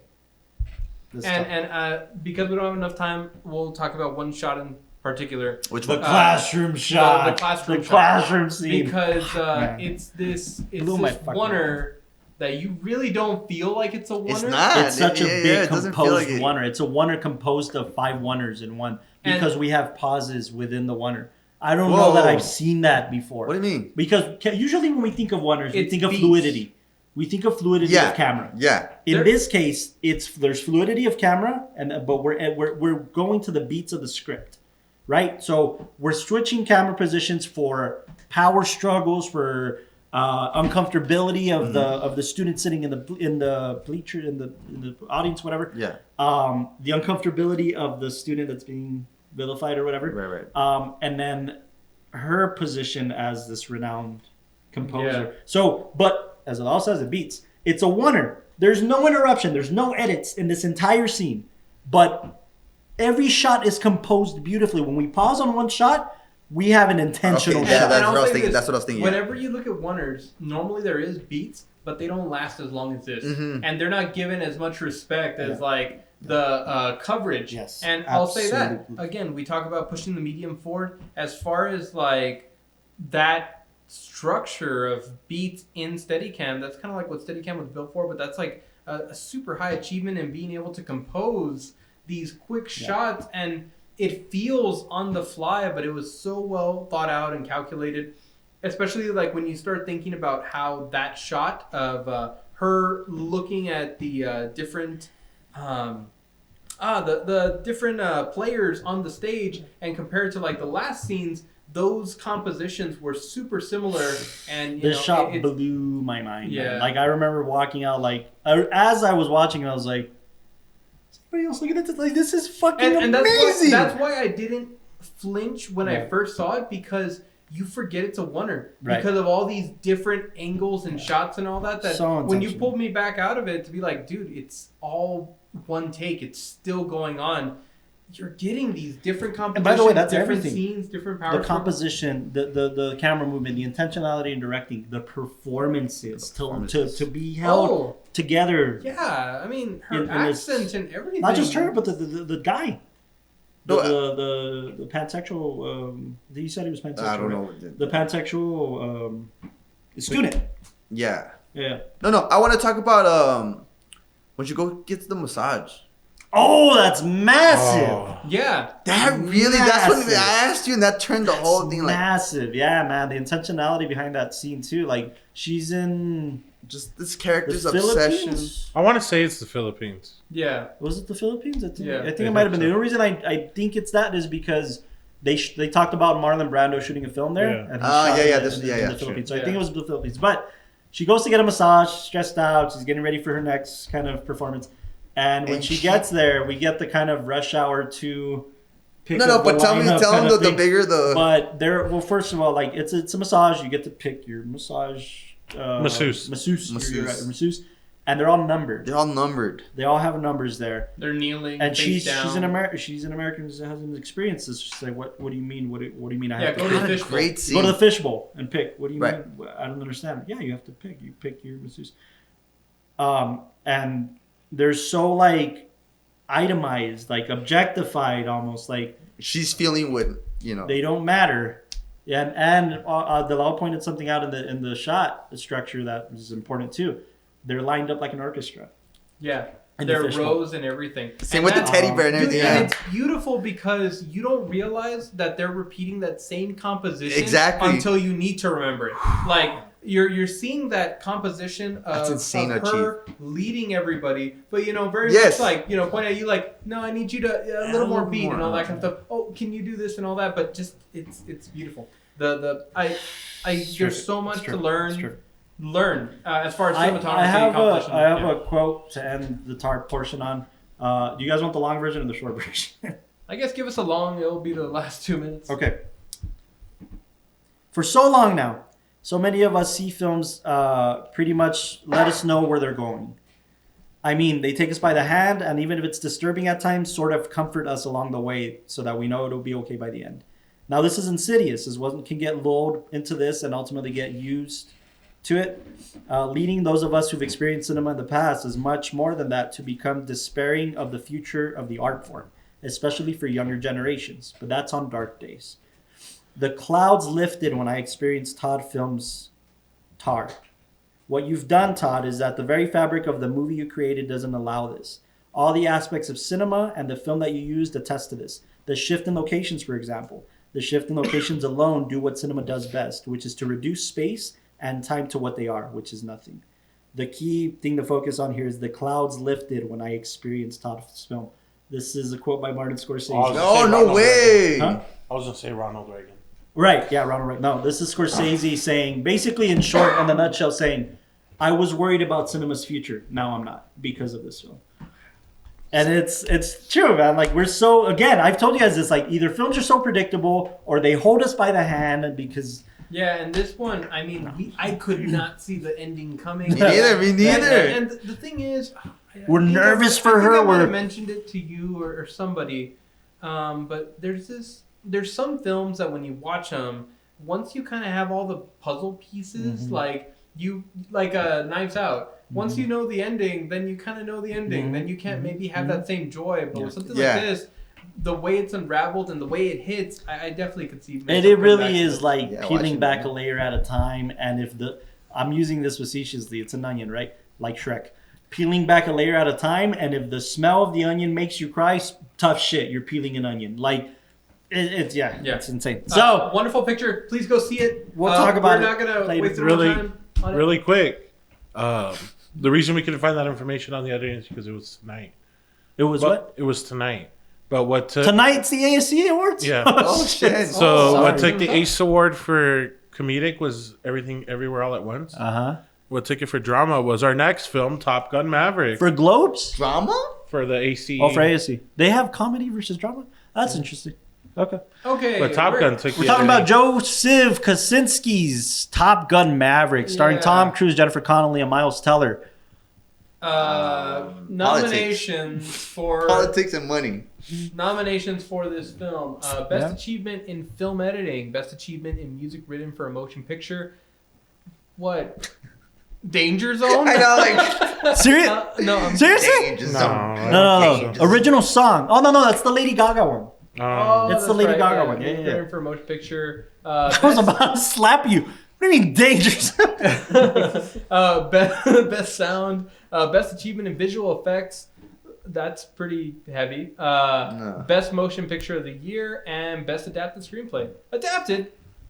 What was it before? A book? Well, no, it's based on the original film. Their characters based on the original film. I don't That's think what makes it adapted? I don't think they want to define it as a sequel as much as adapted. Really? Yeah. I thought adapted had to be like it was already published in an altered form. I don't know. That's a good question. I Yeah, don't know. yeah, no.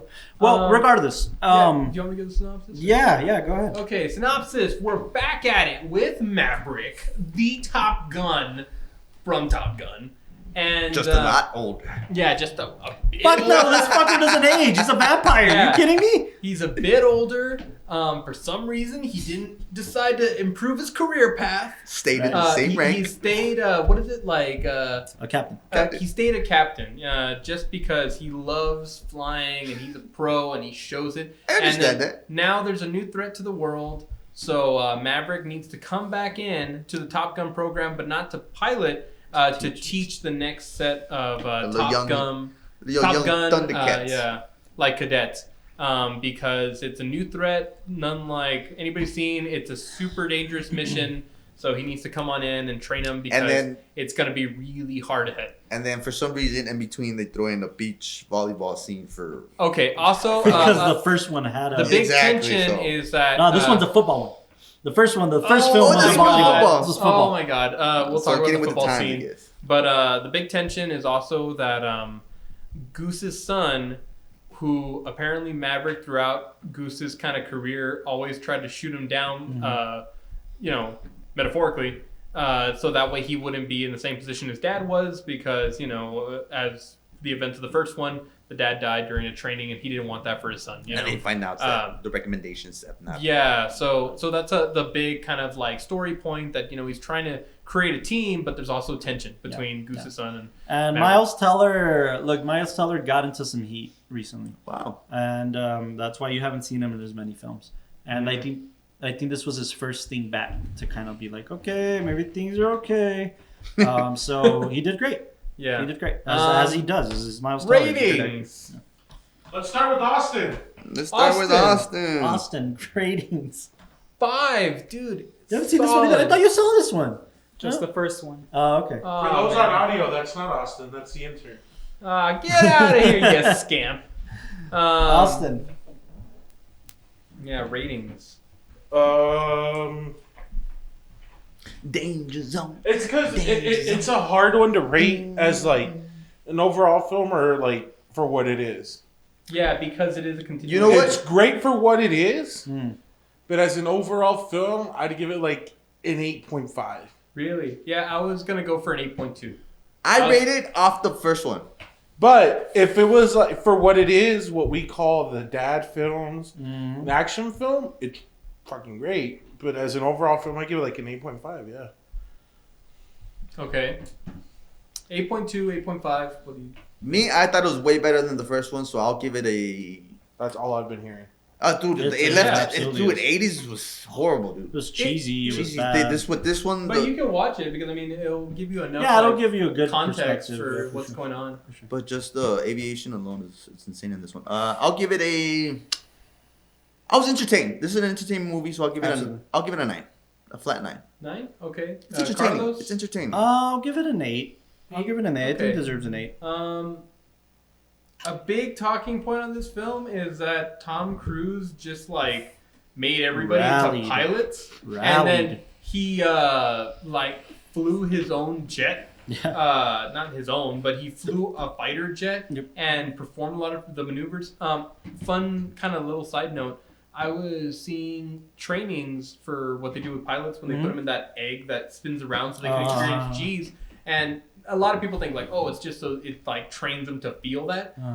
Part of it is that when you're feeling that much pressure on your chest, like the G's, and you're going from like, let's say if you're feeling like 0 pounds of pressure to like 200, 1,000 pounds on your chest, there's a certain breathing technique where you're not breathing like a normal person, because if you breathe like a normal person, your lungs are going to collapse and you're not going to be able to take in any air. Isn't it just little by little? Yeah, you take sips of air. Then I think they call it like a hip technique, because you take little like, and that's all you're doing. You're taking little sips of air so that way you force it into your body. And the first thing I noticed is that when you see everybody else's like piloting scenes, they're like, oh, and when you see Tom Cruise's, he's doing the technique, and I was like, damn it, like that's crazy. There was talks early on at some point that early on that he was gonna get a Best Actor nomination. Nah, it's Tom Cruise. It's just Tom Cruise. There was talks. There were talks about that. It's this weird kind of like, I mean, as an actor, is the biggest achievement in being an actor, I mean, all this extra kind of like training and stuff for a certain skill. I mean, at that point, he's a good pilot, but is he a good actor, you know? Yeah, funny, also... No, man, we talk about method. We talk about method a lot. But is it method, or is it just he's a super athletic guy? Like, I mean, it's like when they get man, the basketball players. I think you got to give credit where it's due. I mean, I think like him doing the stuff he does for Mission Impossible and for Top Gun. Yeah, but isn't that a big controversy? Like, a lot of people don't want him to do the stunts. Yeah, oh, absolutely. You guys know the Matt Damon story, right? Oh, yeah, I told you about it, right? That's great. Also, another thing is that they even talk about when he's in films, professional runners have looked at the way that Tom Cruise runs in films, and they've looked at his filmography and said that I've seen it. They've said like, we have to give credit where credit is due. He's genuinely getting really good as a runner. Like not even just in every film. Like when you look at like the first way he runs and he's all like there, they're like, no, his technique is like, oh yeah, that's what they teach us. Like he's just genuinely getting better as an athlete, which is that thing. It's like, but I'll just tell the quick story though, because that's great. That's great. Matt Damon tells a story with a safety guy. He's like, I'm telling you this whole thing, right? Yeah, so he like goes onto it. He's like, so I'm talking to Tom Cruise because he's doing the Mission Impossible. He's doing the side of the building thing. Like, how the hell did you do that? And he's like, oh man, I've been thinking about this sequence for like 10 years, right? I've been thinking about this shot. And then he says, he's like, so I'm talking to the safety guy. This is what I want to do. I want to climb this building, on this glass building on the side, and I'm going to wear these things. And the safety guy's like, you can't do that. It's too dangerous. He's like, so what did you do? He's like, so I get another safety guy. It's pretty great. It's pretty good story. But yeah, I don't know, man. Look, the arts were good. I appreciated the story. Yeah, I thought the incorporation of what it's way less cheesy. The football scene needed help. Look, I think the aviation, the airplanes is the best part of this. The action absolutely. Which is it has you have to give credit where it's due, right? That's the film. Yeah, right? that's the film. Yeah. The fact that, look, man, even just in terms of how technologically advanced we've gotten, the fact that they can mount fucking cameras to jets like this and make this look. This isn't green screen. You know what I mean? It's impressive. It's all practical. It's all practical. So it's by the way, there's a shot in the film where Miles Teller like throws his hands up to catch himself, like in the plane. Oh yeah, with Tom Cruise. That's real. That was real. That wasn't supposed to happen. What about when he did the hip thrust? You know, when he did a famous meme. Is that a thing or was that practical? Come on, Delo, give us a hip thrust. No, I mean, I don't know. Like beyond the arcs, on a technical front. Yeah, absolutely. And I'm sure it got nominated because it saved cinema. And it's gonna win Best Sound. Yeah, for sure. It's gonna win Best Sound. I don't know, editing. No. Best Sound. Nothing impressive. Yeah, Best Sound. I get why it got nominated, but not impressive. It's not gonna win anything else. It's gonna win Best Sound. That's it. Yeah. It was a good sequel. Yeah, it's a good sequel. I don't have much to say about it after that. I mean, I think the arcs are good. The story arcs of Maverick and why he hasn't advanced and the thing with Miles Teller's character, good arcs. You want to talk about Val Kilmer real quick? Oh man, that was touchy. Which one? Val Kilmer. Oh yeah, Iceman. Ice, right? So Iceman. So he's retired. If you haven't noticed, you know he's stopped doing films. Quite a throat cancer right now. He got throat cancer, and that's primarily why. And in this film, his entire dialogue is done by AI. Did they CGI him or he's good? No, right? he's talking like he good, can right? move and stuff, but. I was thinking like he was missing something or something. No, I thought that too. I thought I had heard a rumor too. or read something that it wasn't even him in the scene. That they had CGI'd him into the scene. Oh shit! And I was like, no fucking way, right? So but him? that wasn't the case. That wasn't the case. It was It was his voice. It was his voice that's entirely artificial intelligence. Yeah, I can see that. Yeah, So it wasn't even like dubbed. It was AI, a computer making his voice, which is pretty impressive. I thought it was so he did lip read the whole thing? Yeah. Oh, okay. Yeah. But nothing will come out. Yeah, correct, no, I knew correct, that correct. part. Yeah. And like him typing, obviously that's Also, what he does now. that It's was- like that typing was on the a computer really- so that he can Damn, that communicate. hurts me, bro. That was Yeah. a really elegant way to like It was an insert- elegant way to Yeah. like pass the torch and to kind of finish off that character. Yeah. Exactly. By the way, I'm just gonna throw this out there. I'm probably gonna get shit for this. His character wasn't all that important in the first one. No, but it was iconic. It was the villain It's that Iceman. didn't It's matter. the, Yeah, but it's I get iconic. But yeah. But Yeah, Top Gun. yeah, Top Gun. Gun. Go check it out. It's a fun watch. For some reason, it's called Maverick. I will say this: it surprised me. It surprised how much I enjoyed it because I Yeah. hated the first one. And the other thing to say is Steven Spielberg in the press run did say he pointed at Tom Cruise and say you saved movie theaters. You saved movie theaters. That's massive right because there, it's man. true. Top Gun Maverick was one of the first films out post pandemic, That and just people helped. went to go watch it. Yeah. People Fun it fact. kept theaters open. So Fun fact: when I was doing the car show, we were gonna do a team building activity, and they were saying, "Hey, let's all go watch Top Gun," because everybody was talking about it, and we're all film people, so we're hearing a lot of good reviews, and we're about to go watch it. Day before, got COVID. I never watched it, so that's a fun fact. Fact. I'll say this to your point. Yeah, watching the film, I was super surprised at how much I liked it because I thought it was just gonna be like, what? How is it getting Best Picture love? Yeah. Like, how dare it doesn't you? deserve it. But I can name 5 films that deserve Best Picture that this The could Whale! have taken this place. Why aren't you here? Well, I'd say Babylon. I'd say Blonde. I'd say The Whale. I Yeah, think sure, the the Whale Whale. was really well done. Well, for this one, over this one, yes. Yeah. Over this yeah, one. yeah, yes. that's what I'm saying. for you sure. know. I think the acting And was Elvis. great. I think Tom Cruise was, typical Tom Cruise. I think Miles Teller, I guess, was a little bit better. Jennifer Connelly, I just like looking at The her. consensus, yeah. Even at her age, man. Dude, She's she's really amazing. attractive. She's really pretty. Since we do have a little bit of time, what the hell was up with the football scene? What is this nonsense? It's a nod to the first one. There's really no over No, but competition. I hate And that. didn't I hear that they had to reshoot it again? Because Yeah. Oh, Yeah. that's a big no. Yeah, you said that, right? You told us that he like lost weight or something. Yeah, so like they had finished, and then like a bunch. He was Miles Teller was like, "All right, fuck this." Started eating junk and like gained a little Celebrating. bit of weight, and then Tom Cruise was like, I "So didn't we like need to how much- reshoot the beach." Yeah, 'cause scene." he didn't like and it, they huh? all had to get back in shape for it. yeah. Yeah. I don't have much else to say about Top Yeah, Gun. me neither. Yeah. Check it out. It's a fun watch. We saved time on the podcast. If you haven't seen the No, first one or but- the second one, don't watch the second one. The first one. All right. Yeah. So Triangle I of have a Sadness. lot to say about the next one. I don't. I'm sure you do. Triangle of Sadness. Sadness. Sadness. This was a massive one. This was the This type of film you only get once in a while. yeah for sure. It's just so different. By the way, I will say that I feel like this could have been directed by like Aster. Like I feel like this think is so? this. I think that's why I enjoyed it so much. I felt like it was in the wheelhouse of the commentary mixed in with just good filmmaking. This was directed by Ruben Östlund, who previously got a lot of love for I think it was the Square. The Square. Yeah, Yeah, The Square. 2017. This is a. Swear. Thank you for that. Yeah, I know it's not on here, but I think he's a Swiss director. I think the film is a Swiss. Yeah, I believe so. Yes. Yeah, I think so. Well, regardless, this film won the Palme d'Or at Cannes International Film Festival. Highest achievement. Which the highest achievement of. No, film. Östlund is Swedish. So it was Swiss. He is a Swedish. Yeah, Swiss. No, Swiss is Switzerland. Switzerland. Oh, Swedish. You're right. Okay, I'm sorry. Swedish. Come on, man. Swedish We filmmakers. just lost the Swedish whole picture. Swedish. We lost the I whole know. Swedish There's a little population. like dip in our Swedish. I know.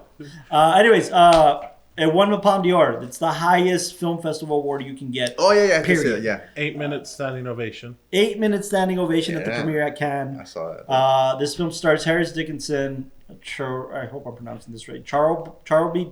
Dean, Dolly DeLeon, and Woody Harrelson. Yeah, I was gonna say, Oh, I forgot Woody Harrelson. Woody Harrelson was fun, man. This was a good film. This is a great film. Yeah. I was convinced we weren't going to see him, by the way.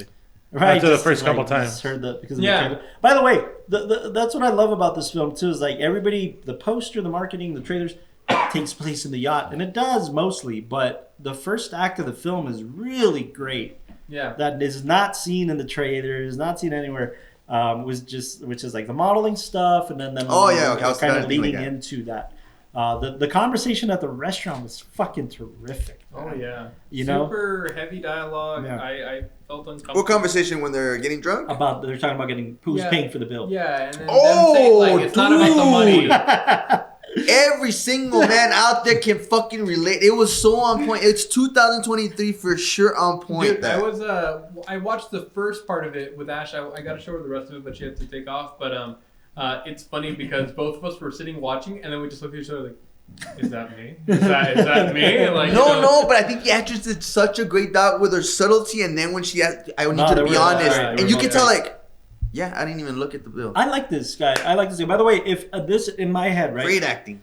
If Austin Butler hadn't gone on to do with the amazing stuff he's done, I would have pictured him. In Yeah, something yeah, like for this. sure. I knew you were Okay, hitting. Yeah, I mean- so just so we can continue the conversation, nominations. It's only up for 3, but it's Best Motion What? Picture of the Year, Best Original Screenplay, which I wish it would get Yeah, that love. I hope so too. But I don't think it will because there's too many good I think it's things. number 3 in that list. Yeah, oh man. And then Best Achievement in Directing. Like, I mean, Sorry, it's 3, pal. but it's really good. Best And- achievement in directing, it's maybe And because it's only 5. those 3 nominations, Yeah. I don't think it's going to get any of them. I don't think it's gonna get any of Dang them it. either. Unless I don't know, man. It could be an upset and come out for Best Picture, but I highly doubt it. Yeah. That would be a big upset.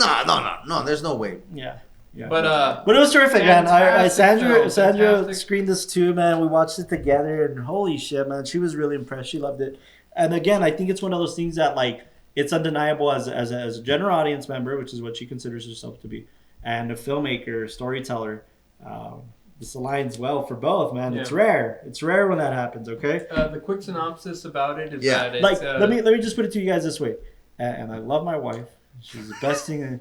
She can't get through everything everywhere all at once. She's tried. She fell asleep at the theater, and then we tried screening it again last night. She couldn't get through Did it. you say why? Too much? It's too confusing for her. She feels like she can't follow it right away, and it, I mean, sure, right? If on the surface it's that, but I think because it turns you off in that regard in the first 10 minutes, you're like, I can't do that. It's overwhelming for her. So I get it. something like this, she was like, this is amazing. She still loves Tar more. Oddly enough, she loves Tar more than Triangle, It's but she different loved different this types of movie. vibe for sure. So I think again, when those two overlap, like general audience member and filmmaker, or whatever. and I wish it would get love. pretty but, special. I mean, if it's Synopsis. only these nominations, it's not going to get any of them.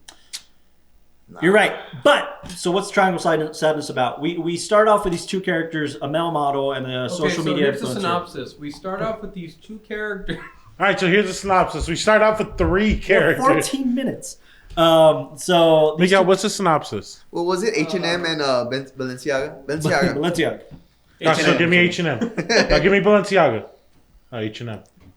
Yeah, it's great. It's a great opening scene. So we 20 seconds. get kicked off with these two characters who get a free vacation, free invite to a yacht. Who are they? I just said who they are. One's a social media influencer and one of them is a male model. How many people? Jeez, We're just burning 14 time for a good minutes. film. So yeah, these two characters kind of go, and then we kind of open with them. We start caring for these characters, and then we're thrust into the yacht with a whole plethora of these other characters. Rich Most people. of them rich. Rich. Most of them rich. Most of them, yeah. And the working staff, which are the lower class, right? The yacht crashes onto an island. Most people don't make it, I love it more. but most of the high class does, and one lower class member makes it. This lower class individual, Well, there was 2 technically. the guy with the fro, right? The black guy, yeah. You're right. You're those two, but even he doesn't have any Yeah. skills. Yeah. She has fishing skills and survival skills all tapped down. So now, as she says, "I'm captain here, cleaning lady over there. Captain here, cleaning lady over there." And Okay, well, I gotta say something about that, but let's get into ratings real quick before we run out of time. This one's gonna be high for me. I'll say 9.7. It's up there. Yeah. I can't deny how much I enjoyed this. I love films that are able to intertwine commentary. Yeah, 9.7. Next. Yeah. It's tough for me, I'm man. trying to think too. I think I'm at a 9. Just hearing that. Maybe Whoa. 9.1. I'll give it a 9.1. I'll throw it up there. I think it's great. I think Triangle of Sadness is what the menu should have been. I haven't seen the menu yet. And Watch my it. girlfriend comes out. That's my girlfriend. You stay with Ana now. I told you No, about it. Anya Split. Taylor-Joy has always been. My wife knows that that's my You didn't girlfriend. even That's know a her big about statement it right before there. Split. We don't have time. You're married. Shut up. There's always time. I said to my talk wife about knows You're Anya about married, with you're in a Taylor. relationship, you're single. Continue. But my wife knows about my girlfriend, which is Anya Taylor-Joy. No, Number. bro. I'm just Number. pissed off. There's always time to talk about Anya Number. Taylor. Okay? Numbers. I'll give it a 9.5. She's a 10. 9.5. Damn it. I don't know what's gonna break first, the chair or his phone.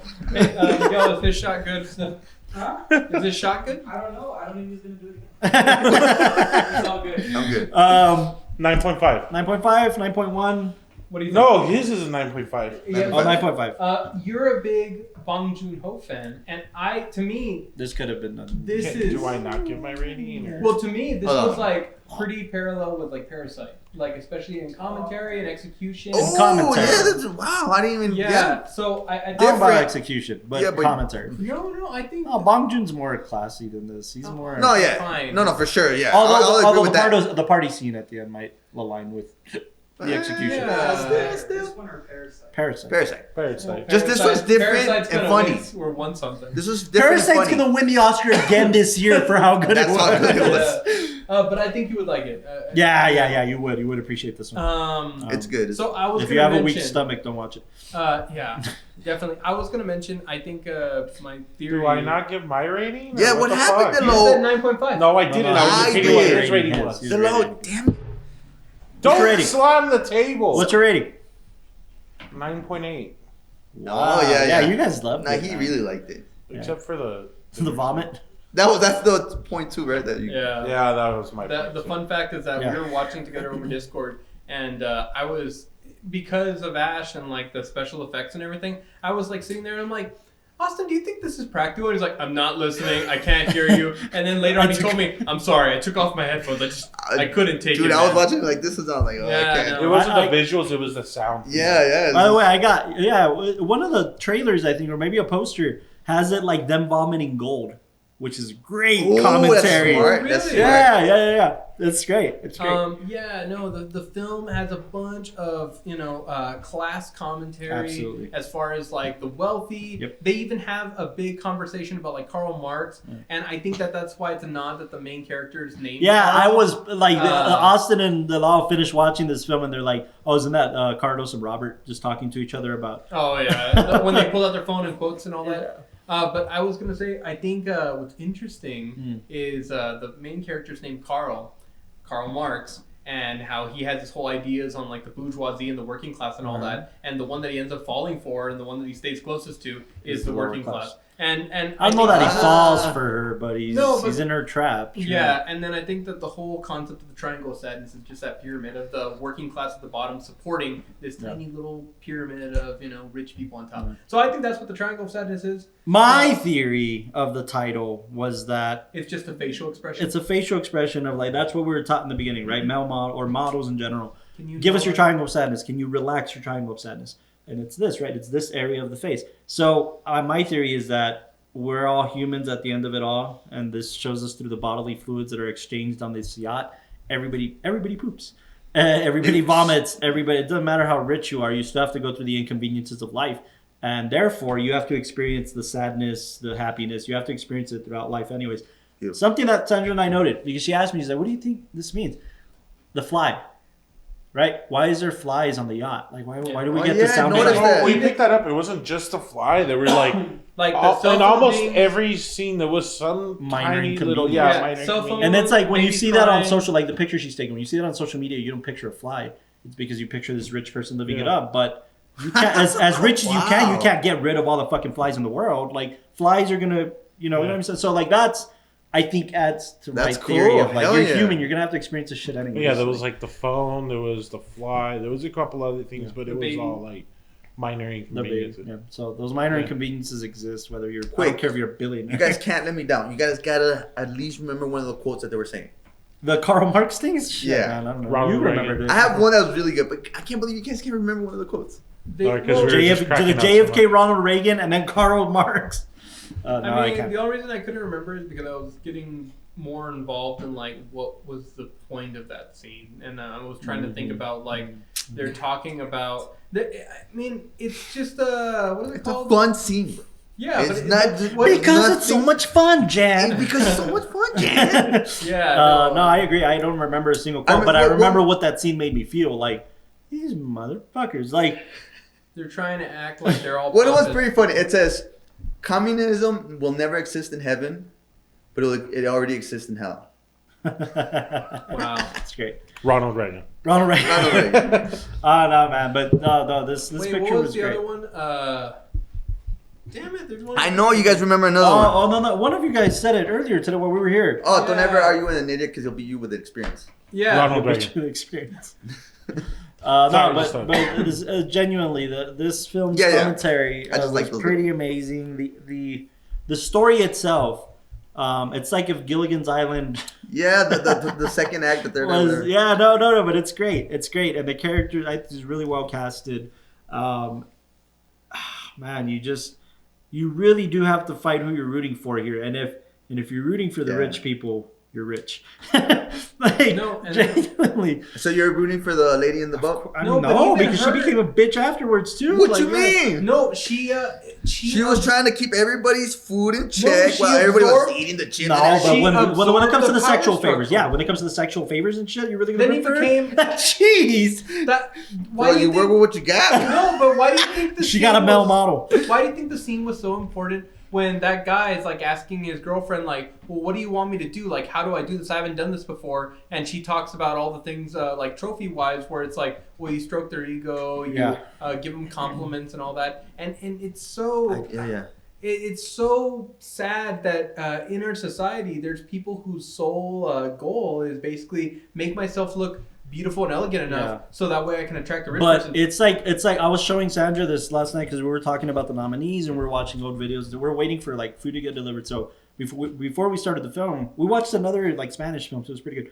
And we're looking at YouTube videos of like the nominees and stuff, right? And I was like, "Have you seen the Ricky Gervais monologue for the last time he hosted the Golden Globes?" She's Yeah. like, "I think you made it show it to me when we watched it again." Best. And I love it. And the big thing that he says, he's like, don't come up here, accept your little award, thank your God and your family, and fuck off. Yes. You are in no position to lecture the public about anything because you don't live in I the real love that world. speech. You don't live in the real world. So like that, to this commentary, it's like you're in no position to say Yeah. anything about real life because you live in this bubble. Even the like the, you're 1%ers or whatever, you know? the Like, elements of the rich people always talking about how, like, you know what, after all, we are all equal. And especially when it's that fish scene where it's like, hey, but everybody should get a fair share because we're all here. And it's like, no, I did the no, work. yeah, Exactly. exactly. I There's fished. people that I did cut- the I work. cleaned the There's fish, yeah. people that are, like, actively supporting people above us. I mean, By the way, the other thing to consider too about rooting for the poor chick,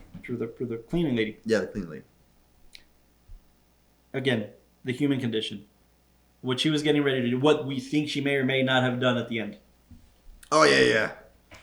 She was going to keep her position. No, but so we think- that would have ended, right? Because they find the resort. Why?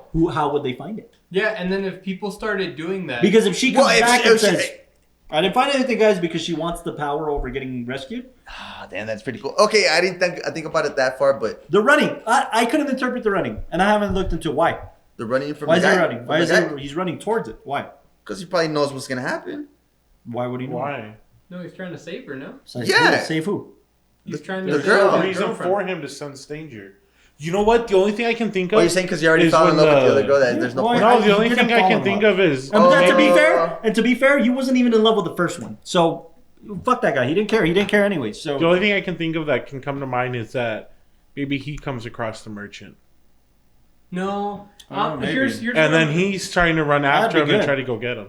that's a stretch, but it'd be good. What do you mean? Go found the merchant of women. The guy that was selling to the lady who had the stuff. stroke.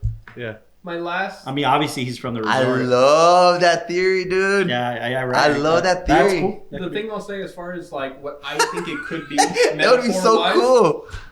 is when he's running through that area, he's running through green, and essentially like he's running. But it's too through high kinda up like, there. Money. Yeah, he's running through money, and essentially I think he's trying to like chase the wealth, because either way, if he like saves his girlfriend, then he gets to stay But how in the did he know wealthy- that there weren't any sense of danger? No, but I mean, it's the audience member. You're paralleled with those two scenes. Let's look at that as a metaphorical, right? Mhm. Because he's chasing the wealth. Either one, he saves his girlfriend and he's able to see that Well- place and re-establish his wealthy life. Or Who's two, the okay? he Which saves- who's the girlfriend? Hold on. Yaya. Yeah. Okay, So either he saves Yaya and let's call her the sugar mama because I don't think okay, she's a let's girlfriend. call her the sugar mama. Yeah.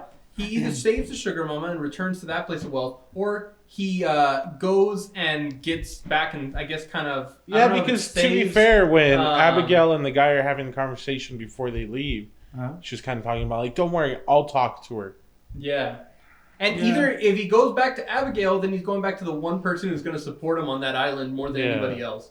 You know, so he himself is chasing it. And in that chase for rich and fame, I mean, he's cutting himself up and he's like... It's kind of a stretch skinny for me. For me, it's kind of Yeah. a stretch. I don't know that I believe any of it. I think the running is more metaphorical. I just don't know what that metaphor is quite yet. I think he kind of The running through the money thing, I don't know. Yeah, I don't know because why it's it is. chasing the money. Chasing it. is chasing the money, yeah. But in what context? I mean, just it that's can't, be either in the it literal can't be or a the metaphor for the sake of being a metaphor. It has to be contextual in the film. But yeah, like because once Abigail Well, gives him he's the gonna chance save to one of be them. like the little sex object and he gets taken care of, he takes it. Mm-hmm. He's I always- just don't he's know always- that. I just don't know that he was sensing any real life or death danger to the fact that he had to run, because he would have done it to begin with. I think he was just based on Well, the I mean, conversation also- that him and Abigail were having in the lifeboat before. Yeah. Yeah, I need to rewatch it.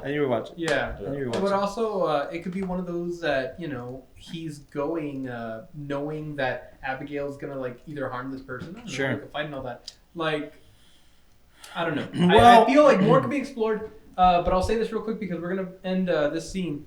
I think this film was so high up for me just Yeah. because of how much you can really dive into the scenes, the dialogue, I the agree. structure. And everything. Well, that and It's by a the big way, talking piece. I love that that. film causes this. And that's Exactly. amazing That's cinema, beautiful, right? That's yeah. the bottom line. No other film in my life has ever made me crave pretzel sticks more than this film. Moving on. We're talking Is about. this the last one? This is the last one. film. We're talking about the Oh. last film on the list. We're talking about Sarah Polley's Women Talking, starring Rooney Mara, Claire Foy. Claire Foy did amazing in this. And Jesse Buckley. Why don't you name any of the men, man? Why? Because it's just women talking. There's one man, and he's very important to the village, Austin. yeah, August. I'll have you know. I listed the top. Is that his name? cast. I don't even know his name. Okay, nominations for Women Talking, which, let's get started with this list. Best Adapted Screenplay and Best Motion Picture. I thought you said it was a list. Yeah, it's Exactly, dude. It counts. Why are you as a hiding list. why are you hiding behind a cup, guys? That's just... Look, man, this film was I don't wanna offend slow. This film was slow for it being the shortest film of the whole list at felt an the hour longest. 45. It felt Look, you guys told long, me man. this film is about women talking, and god damn it, they were right.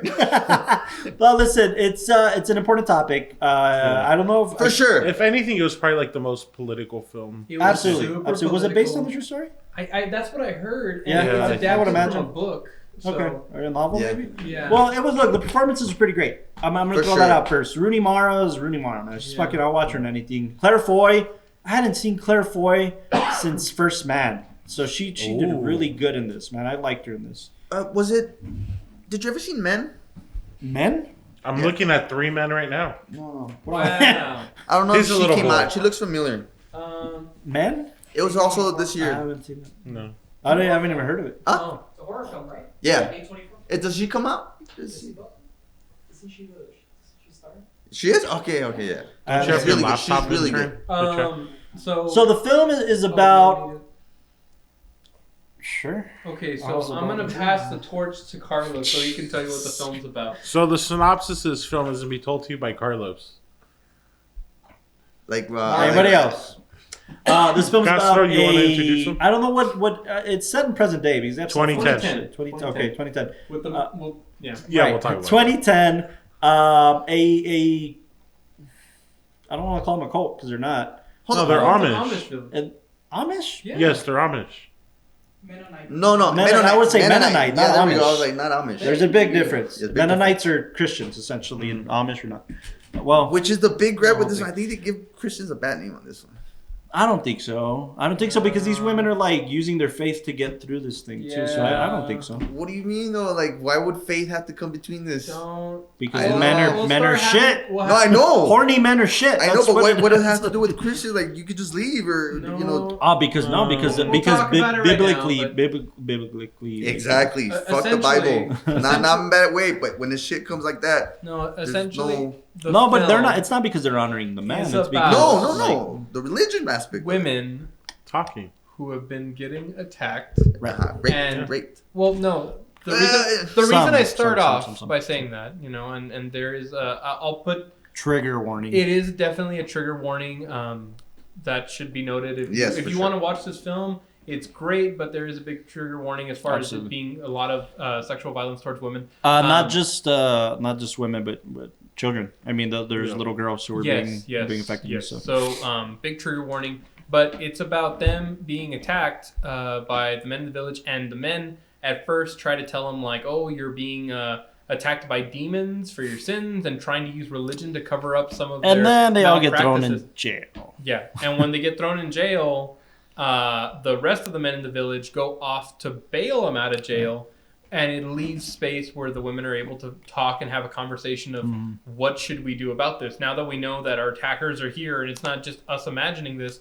Like, is it even right to continue this way of life? You know, especially that some of them are going to continue to be abused by their husbands, and Not to mention a few of them even get pregnant and have kids. Yeah. and Conversation. As a, So as a result. I have some good talking points about this film, but let's get into ratings real quick. Yep. Austin. Look, let's say let me kick it off because I just want to set a preference. Yeah. Because we've discussed this a little bit. The topic of conversation is crucial. It's very important, and it's pretty impressive how recent it was, even if it's a true story, right? And I wish I knew. I don't know. Maybe we should look this up. But the topic of conversation is in no way, shape, or form a reflection on what we think of the execution of the film. Yeah. Now, that being said, I think this was a pretty poor execution. I remember, I watched this in my little home theater thing, and I remember thinking, I'll just preface this by this.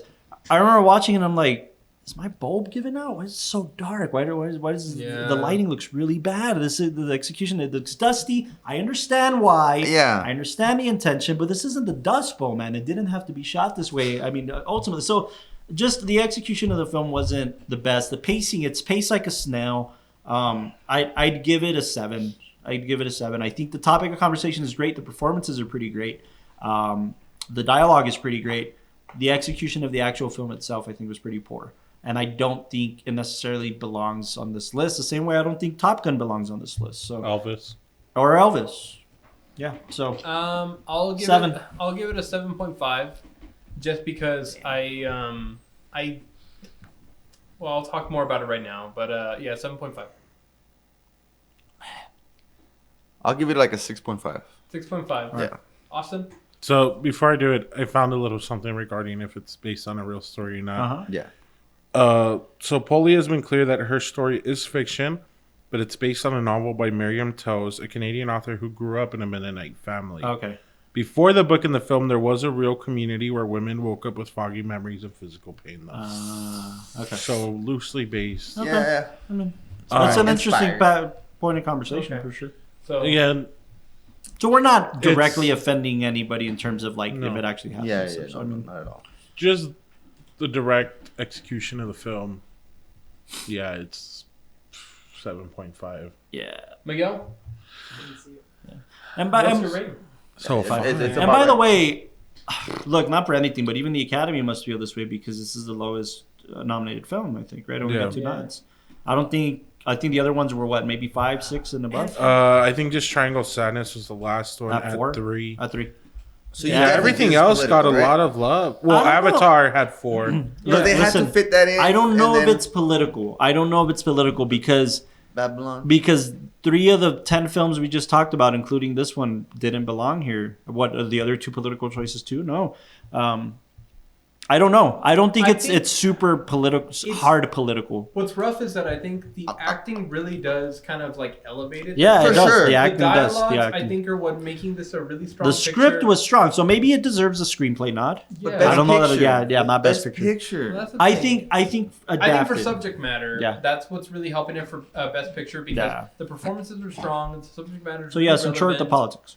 Yeah. I mean, here's Not what I'll just like say. nobody, but yeah. On a positive note, because I feel like a lot of us we saw it and we thought it was extremely slow paced. Yeah. And I remember Austin brought up that the director said that they wanted to make it look like it was black and white, but it's not black you and did white. say that, And you I were like, remember my first thing was like, why don't you just Why make it just- black and yeah. white? Because it would have been more dynamic that I way. don't think so. I think the blues and I think some of the I agree with that.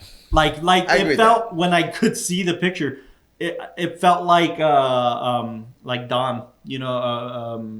I'm sorry, dusk. So Yeah. there's elements about it that I like, Well, but it's because when you I don't think I probably would have disliked it when even you more in think black of and white. intention behind black and white, right? And this is not meant to make it look vintage, but black and white can also be very contrasty, which the film was at times. And I feel But then I wouldn't have felt the desert. Sorry, I wouldn't have- misquoted it. The director explained that the color grading of the film wanted to create a feeling of a world that had faded in the past. Okay, faded. That's key. That's why the film appears to be black and white. So I misquoted it. I wouldn't Okay, go. okay, I wouldn't go with okay. black Well, and white, that's- but Okay. I don't know. faded, I don't have faded, any more. sure, faded. I don't know. That's a kind of a stretch too. That's Yeah. That's from the intentional. director. Because It seems what- like somebody fucked up in the color grading, and they were like, What do you mean it That's- faded? What faded? Like "Yeah, there- like these are because the supposed to be societies contemporary didn't issues, like- fade. I mean, It's Mennonites are 2010. still, yeah. Yeah, So I I don't don't know. That's kind of a stretch. By the And way, I can we haven't read talk the about book, so how I they don't- dated the film? Huh? Can we talk about how they dated the film? how they dated it. We Oh, with were the truck? complaining about how it's because right Why is before that horses? I thought that was good. What were the I name of the liked it. I horses? liked it. No, it's because Austin and me were like, oh man, when did this film? When did it take place? Because obviously, I like the build up to that. obviously this culture is like away from like civilization, so there's gonna be this distance between them. But I wonder when it is. And 2 seconds after he asked that, 2010 census, Census, come out of to the your 2010 houses. census. Hey, The we're here song, for- by the way, that's I had that going for it. I like the song choice, and I like how they used the song. Yeah. That's cool. But yeah, but it that was was just cool. so That was much it. like, by the way, this is modern. Yeah. I feel like the big goal of this film, which is the goal with a lot of films that are trying to push the medium forward as far as like representation when it comes to gender, ethnicity, is trying to give point of view and perspective. And I could, looking at the dialogue, I can definitely see that what it was tackling was this challenge of if, like, let's say women are trying to make this decision, right? Right. They're not just making this like I feel like the instant instinct is like, oh, they're being messed up to us. Well, fight them or leave them. But then And here it's- it's saying there's so many different Yeah. dynamics. There's like these are not only like just one person being rude. This is like it's your husband, and then also how is this going to affect like your children, and also Look, how is this going to affect your A lot of that stuff just didn't ring up. true for me. It didn't ring true like. But it's It trying didn't- to it didn't highlight a perspective. That's you know? fine. That's fine. But it didn't do a clever. It wasn't even clever in that. Like it to me, it felt like it didn't ring true for a lot of these characters who we think are very strong in their faith because they've dedicated their whole life to it. And then one of them's cursing for the sake of cursing, the other one's smoking for the sake of smoking. Like Yeah, they it never just fully didn't ring explained true. that either. It just didn't ring true for me. It didn't ring true in any way. I mean, it was like it's trying to show a response to a negative situation. Yeah, like but they're why bad- put it in that setting? It doesn't have to be in that setting. I You don't could have know. had this conversation as a hypothetical. You could have had this conversation about a private school that goes through the same thing for their headmaster, and there probably would have been far more entertaining. Like it didn't. For you to set it in the setting, there should have been more depth, more context, more intentionality, and more research. I didn't. Well, I mean, also this is I mean- being like adapted from a book. I Yeah. feel like maybe also we talk about the strength in medium, and when we talk about books, you're able to get a lot more into the headspace of your characters. Where Yeah. and in film, you're able to see it, but I mean, I think The book's probably gonna be- this piece of material would have succeeded with flying colors if it was a Broadway play. yeah, because then it would have been I don't bringing up think a it belongs conversation. in cinema, and if it does belong Oh, in like, cinema, I watched, it just like didn't fit. Which one?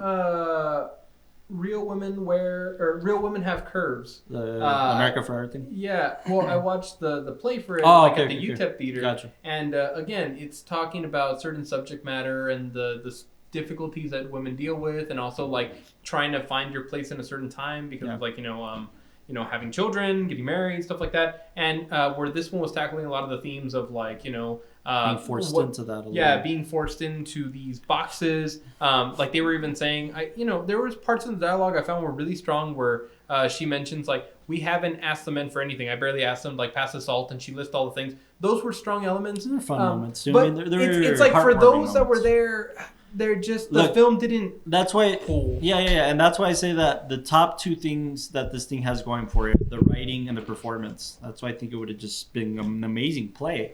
I don't think, at least the execution of this film, maybe they'll try again Would later. you have traded this one for The Whale? Yeah, absolutely. Yeah. The Whale had more intentionality. The Whale had, yeah. Babylon. Didn't even think about it. Babylon. Absolutely. No, but The Whale was my least favorite in terms of best pictures. I think The Whale should have been in place of this.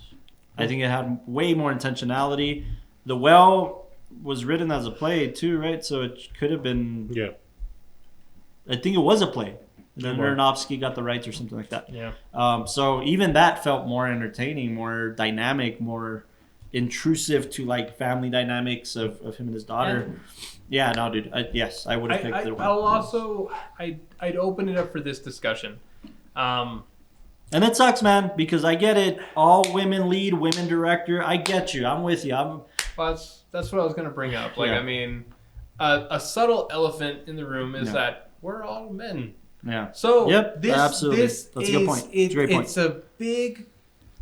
I think It's a- Sandra fell asleep through it. I'll say that much. I'm with you, Sandra. My wife fell asleep through it. I fell asleep too. She didn't finish it.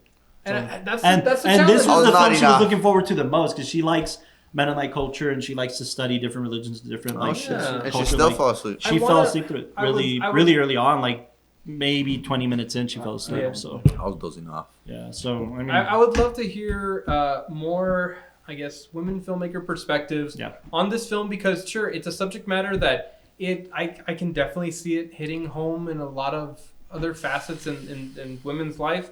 But maybe because I couldn't connect with the subject matter, maybe because of the directing styles didn't help. in And any way. listen. Yeah. Another thing to note in terms of the politics of it all, there's no other film on the list that has a woman director. There's women leads, but no women director. Pretty heavy women leads at that. We have like Everything Everywhere. Yeah, definitely Tar. women leads. I mean, Yeah. fantastic and diverse women Yeah. leads. That's great, but no women directors. So maybe this is why this had to. And by the way, this wasn't nominated for directing either. So I don't know, man. Yeah. Politics Also, are weird. Frances McDormand finding yourself in another. Dude, that's who I thought. She's in there for 5 fucking minutes, and she's the executive producer of the film. I might add. Like, come on. I was gonna bring that I up. thought she was in this movie more, man. I wanted to see more of her in this shit. She Oh, didn't, right, because Almost like All she didn't Quiet do did dick. that with Daniel Bruhl.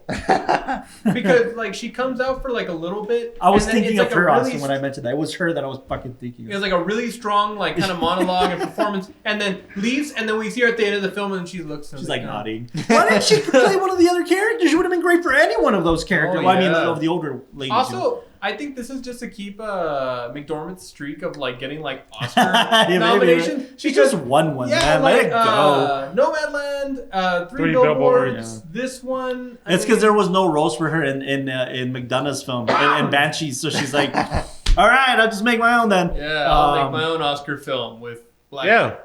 That's all I have to say about women But talking. So It's important. Check It's it out if you got an Trigger hour and a half warning. to kill. Trigger it's on warning. Apple TV as is today. It's on Apple TV. Yeah. Yeah. I'll say this right now. I need more perspective, at Yep, least from same here. from women filmmakers What are we or missing? women audience members. What are just we because, missing? yeah, and connect. That's it. So we've talked about all 10 films. yeah. Great, amazing films.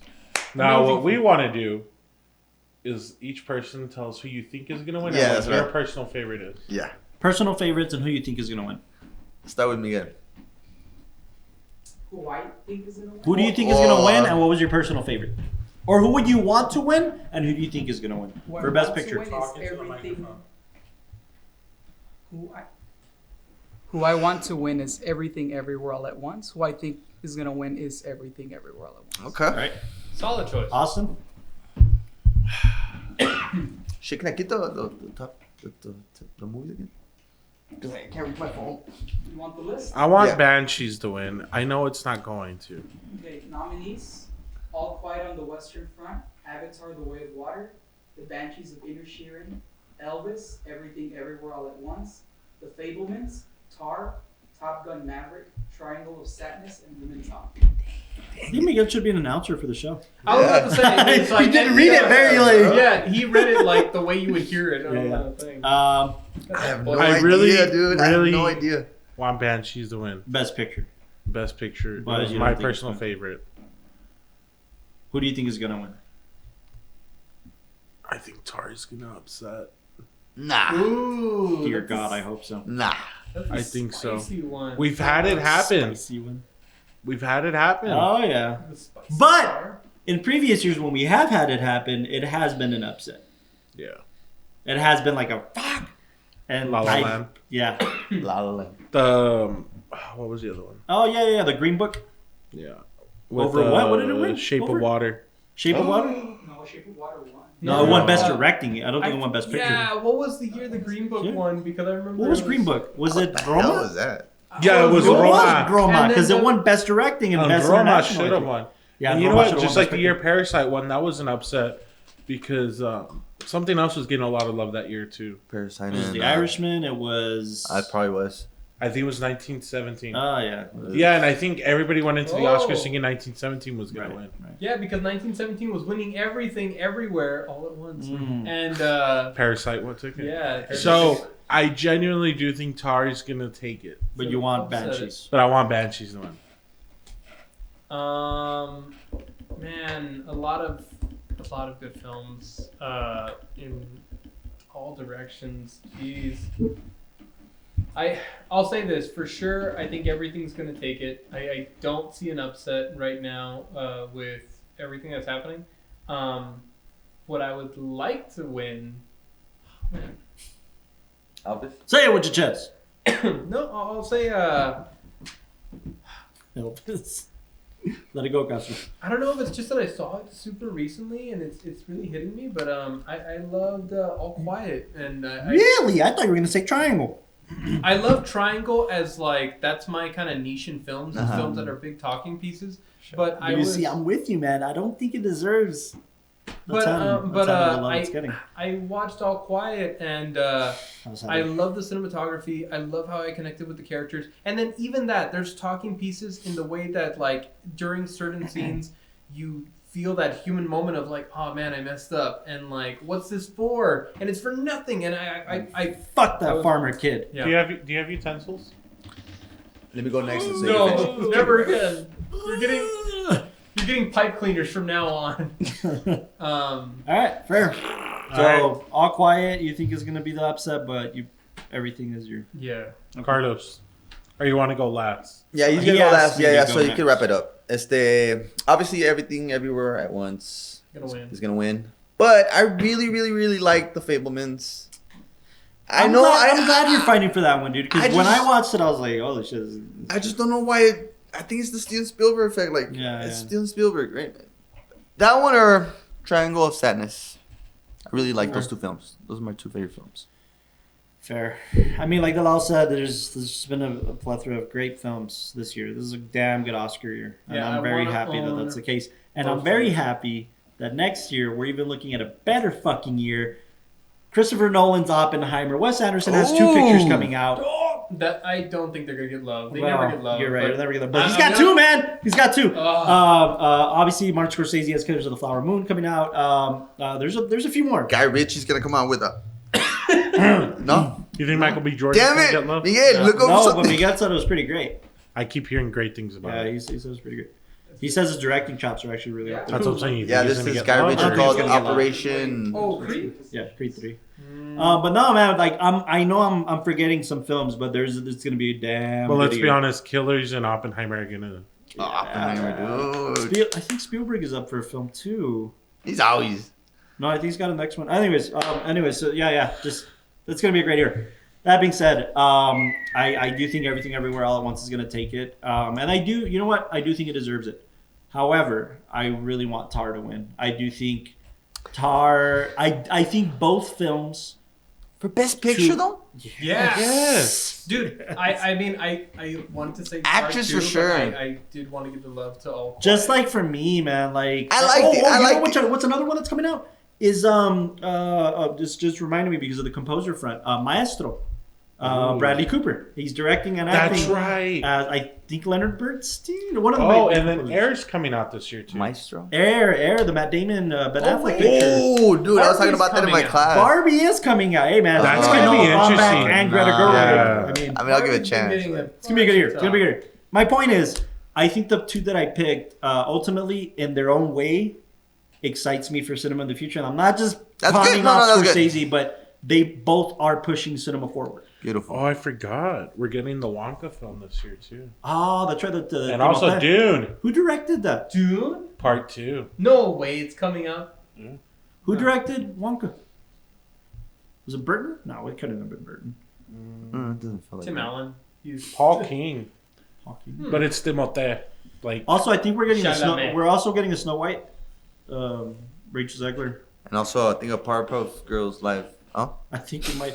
Dude, No, I'm there's a show. glad. I'm Anyways. glad that we finished off this year watching Yeah. all the films, and I'm Yeah. glad that we're at a stage where I have more confidence that the theaters are here to stay. Yes. and that, yes. and I mean, yes. we're coming off of a heavy pandemic. A very uncertain year. where'd it go? Where the fuck is COVID? Seriously, It's man. still around. It ain't, because- bro. But in terms of cinema, like Yeah, because I mean, We've- it's crazy how we're coming off of a year. We're when gonna we thought get theaters were dead. yeah, we're gonna tell our Yeah, kids. conversations We're were gonna happening. tell our kids or younger film students. There was a time when we weren't sure if they were gonna start. We were gonna just stream everything at home, and that was a scary time in history. But no, like I said, Tar for me. All of these films. 7 of these films.